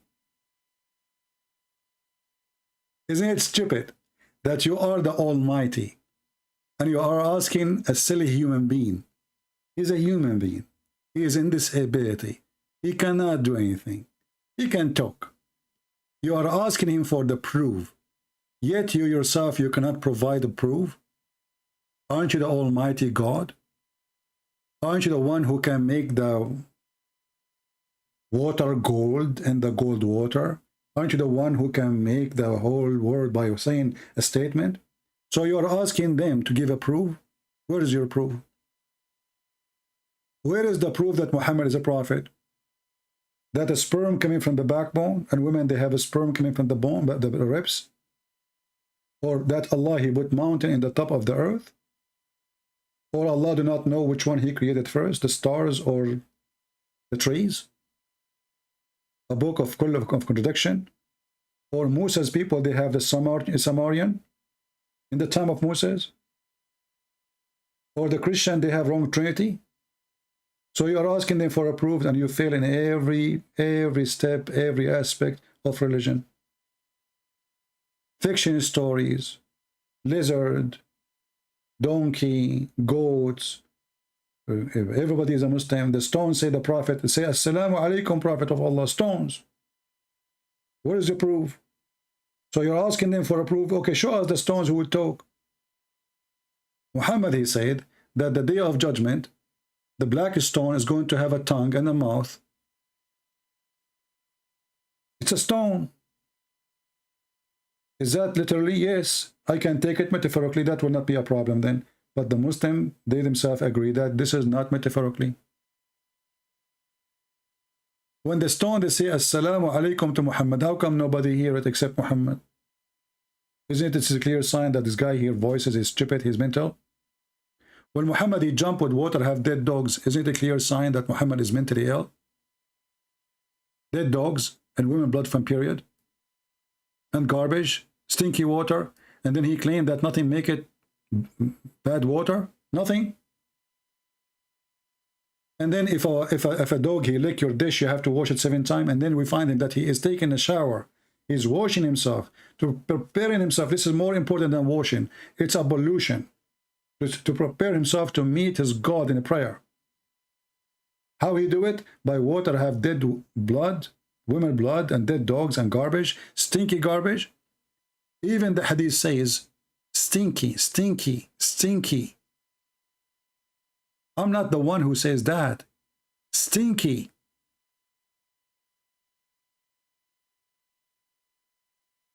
So my friend, what if I show you that even your prophet was a stinky? You're a prophet, he said. And I think Zafar, he is the one who posted in the comment section in the previous video.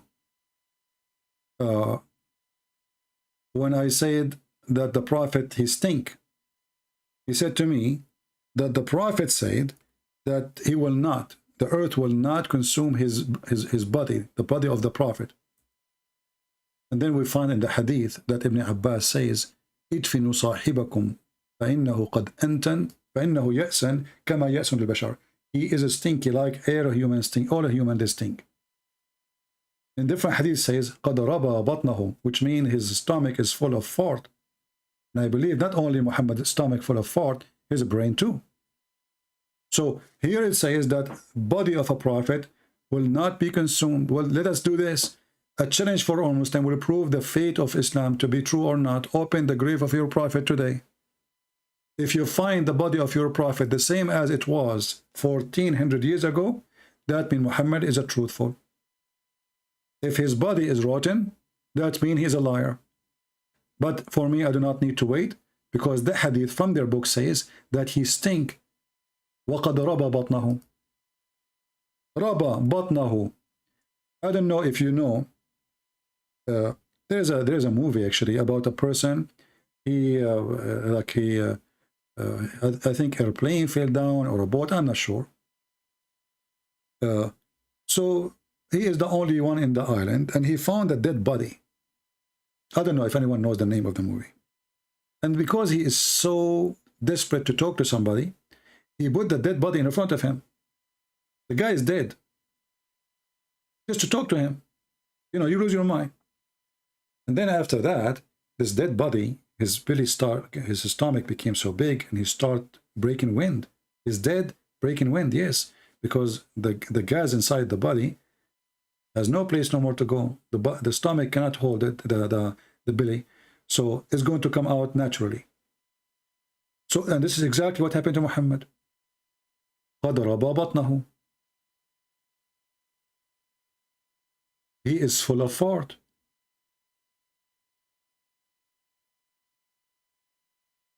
And not only he says قَدْ رَبَى بَطْنَهُ, he says قَدْ رَبَى بَطْنَهُ وَانْثَنَتْ, you know, like the fingers when the dead man he died, his fingers, they will shrink. They will not be relaxed. He says he you know, his body is farting, his stomach is full of fart, and his fingers, they shrink. And all of this, according to the hadith, just after a day and a night only, which means in less than 24 hours, this is happening.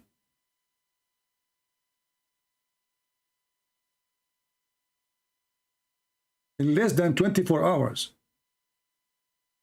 So Muhammad lied when he said, pray for me, for your prayer will be placed in front for me.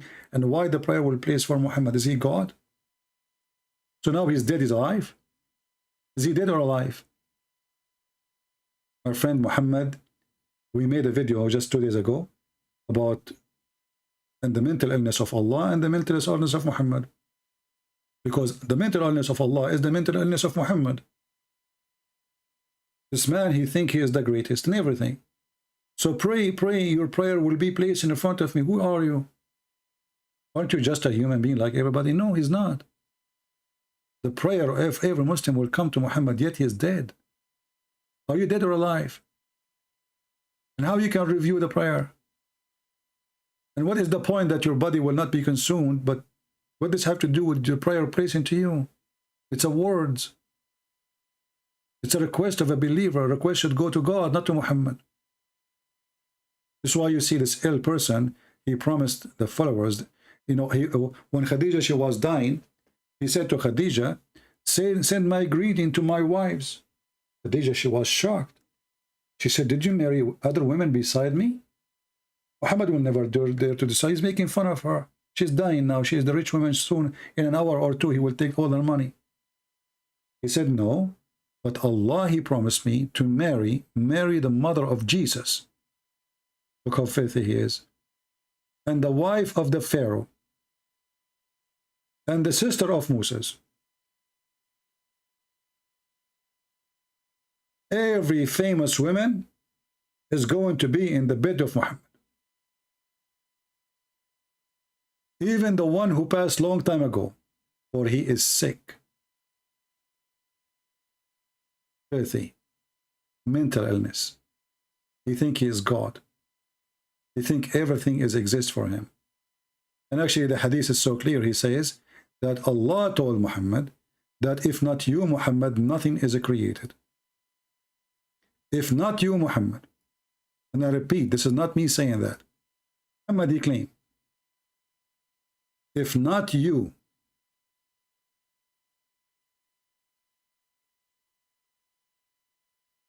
Let me get the hadith.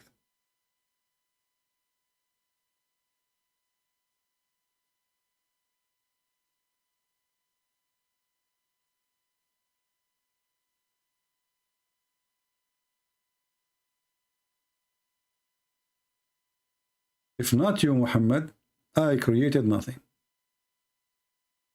Period.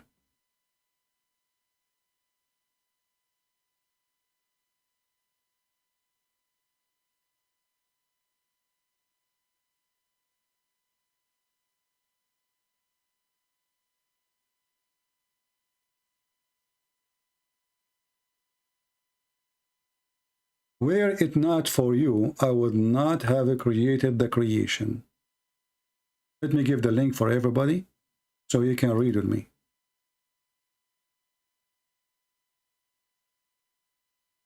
Muhammad is the center of the universe. God, the Quran says, Allah and his angels are praying on the Prophet. Everybody praying on the Prophet. He is the center of the universe. The God is exist just for Muhammad. And what God he do just for Muhammad. What the creation for Muhammad. What the God exists for Muhammad.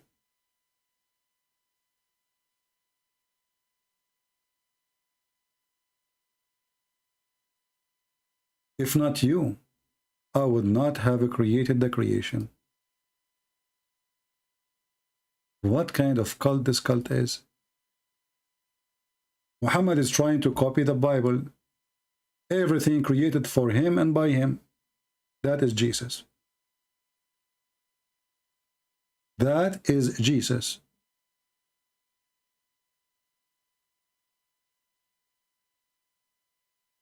Muhammad is a satanic man hired by Satan trying to replace Jesus. As simple as that. If not you, I will not create anything. The trees, the stars, everything.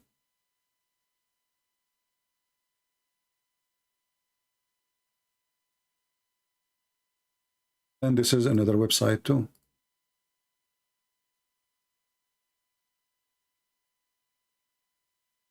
You're welcome, Zafar. Next time, bring your sheikh with you so we can have better time, Even though I don't like it how you touch your nose when you are speaking in the camera. It was weird. And the way you move your nose left and right, especially when you speak about lizard, you start moving your head like a lizard. That's not nice. We have to show respect for lizard. Remember, Allah will judge between us and them in the day of judgment, brother. So if a doggy did bite me in the day of judgment, brother, Allah will bring the dog. Now Allah will speak to the dog. He will say to him, "Ho, ho, ho, ho." The doggy will say, "Ho, ho, ho, ho." So Allah will say to him, "Why you did bite, Christian Prince?" The doggy will say, "What the heck?" Translator. So Allah will judge in the day of judgment. And this is a true story coming from the true prophet.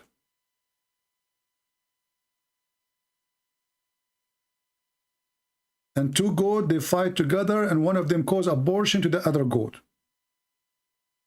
And Allah will punish the first goat for causing abortion.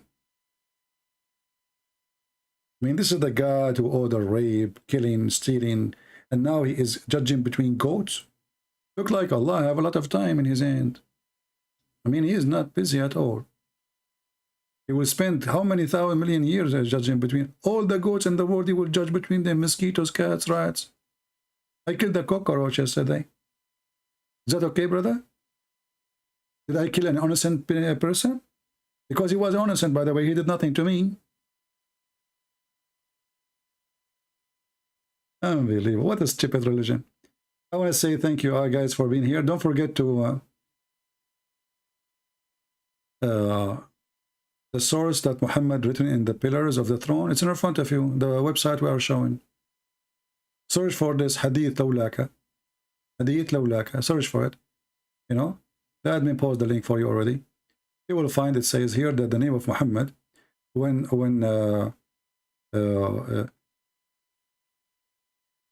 Adam he commits sin,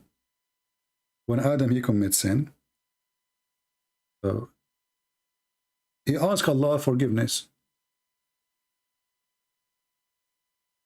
This is the reference in front of you. The Prophet of Allah said that when Adam made a mistake, commit sin, he recognized Muhammad. When I have not, he said, "Oh Allah, I asked for the sake of Muhammad to forgive me."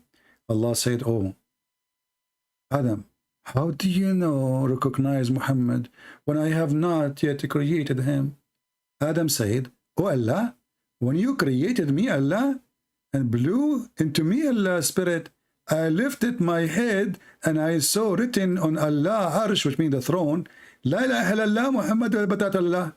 So I got to know that you would only join your name with him is the most beloved to you." Did you see the word join your name? Muslims are mushrikeen, kuffar. They join the name of a man with the name of God. This man, he worship himself. Even Adam's sin is forgiven for the sake of Muhammad. Imagine. And imagine that Adam, he knew how to write Arabic and how to read Arabic. Imagine. The guy he is just made, he is not even finished. He look up, he see Arabic, and he was able to read Arabic. He can read Muhammad in Arabic, brother. He can read the Shahada in Arabic, brother. And that's why you see Allah is surprised. Look, Allah is being stupid here. He said to himself, like, what the heck? How you know Adam? How you recognize Muhammad when I have not yet created him? And the Muslims, they say Allah knew the future. He knew what you think. So how come you do not know how Adam he found out? Allah was astonished, like, what the heck? How he knew about Adam? Adam, he gave him a finger. He says, you stupid idiot. His name is all over your chair. It's like, you know, you speak to, you know, you go in the hospital, you say to the nurse, hey, hi, Susie, how are you? He said, how you name my name? Well, you have an ID in your chest, you stupid. So the stupid God, his name is all over the chair, and he's asking Adam, how you know Muhammad? It says Muhammad, Muhammad, Muhammad, Muhammad everywhere. And he is wondering, like, what the heck? How he knew Muhammad? Genius. Islam is the religion of intelligence, high IQ. That's why you're Christian, you don't fit there. It's fit for those who believe in endless penis. Your penis is endless, and the vagina will be like that. What a tunnel. You can save their weapon. Somebody sent just one vagina to the Ukrainian now in the war, so they can put all the weapon there. Putin will never find it. So my friends, as you see, Islam is a silly, stupid cult, and garbage in, garbage out. Nothing will change. And here I go, this is the link again for this hadith here. You can join. I gave you the link already. Feel free to join there. So I want to say thank you guys for being here. May the Lord bless you. I hope we had a good time. Don't forget to subscribe. Invite your friends. Here we have real-time teaching. This is not, you know, 5-minute, 10-minute videos like many people do. Here there's a real school and it's for free. Everything we give for free. Our service for free. And the Lord is our provider. Thank you very much for being here. May the Lord bless you. You can join us in Patreon if you like to receive notification when we will go live. Take care. Christ is Lord. Islam is a scam, and we prove it every day. Take care.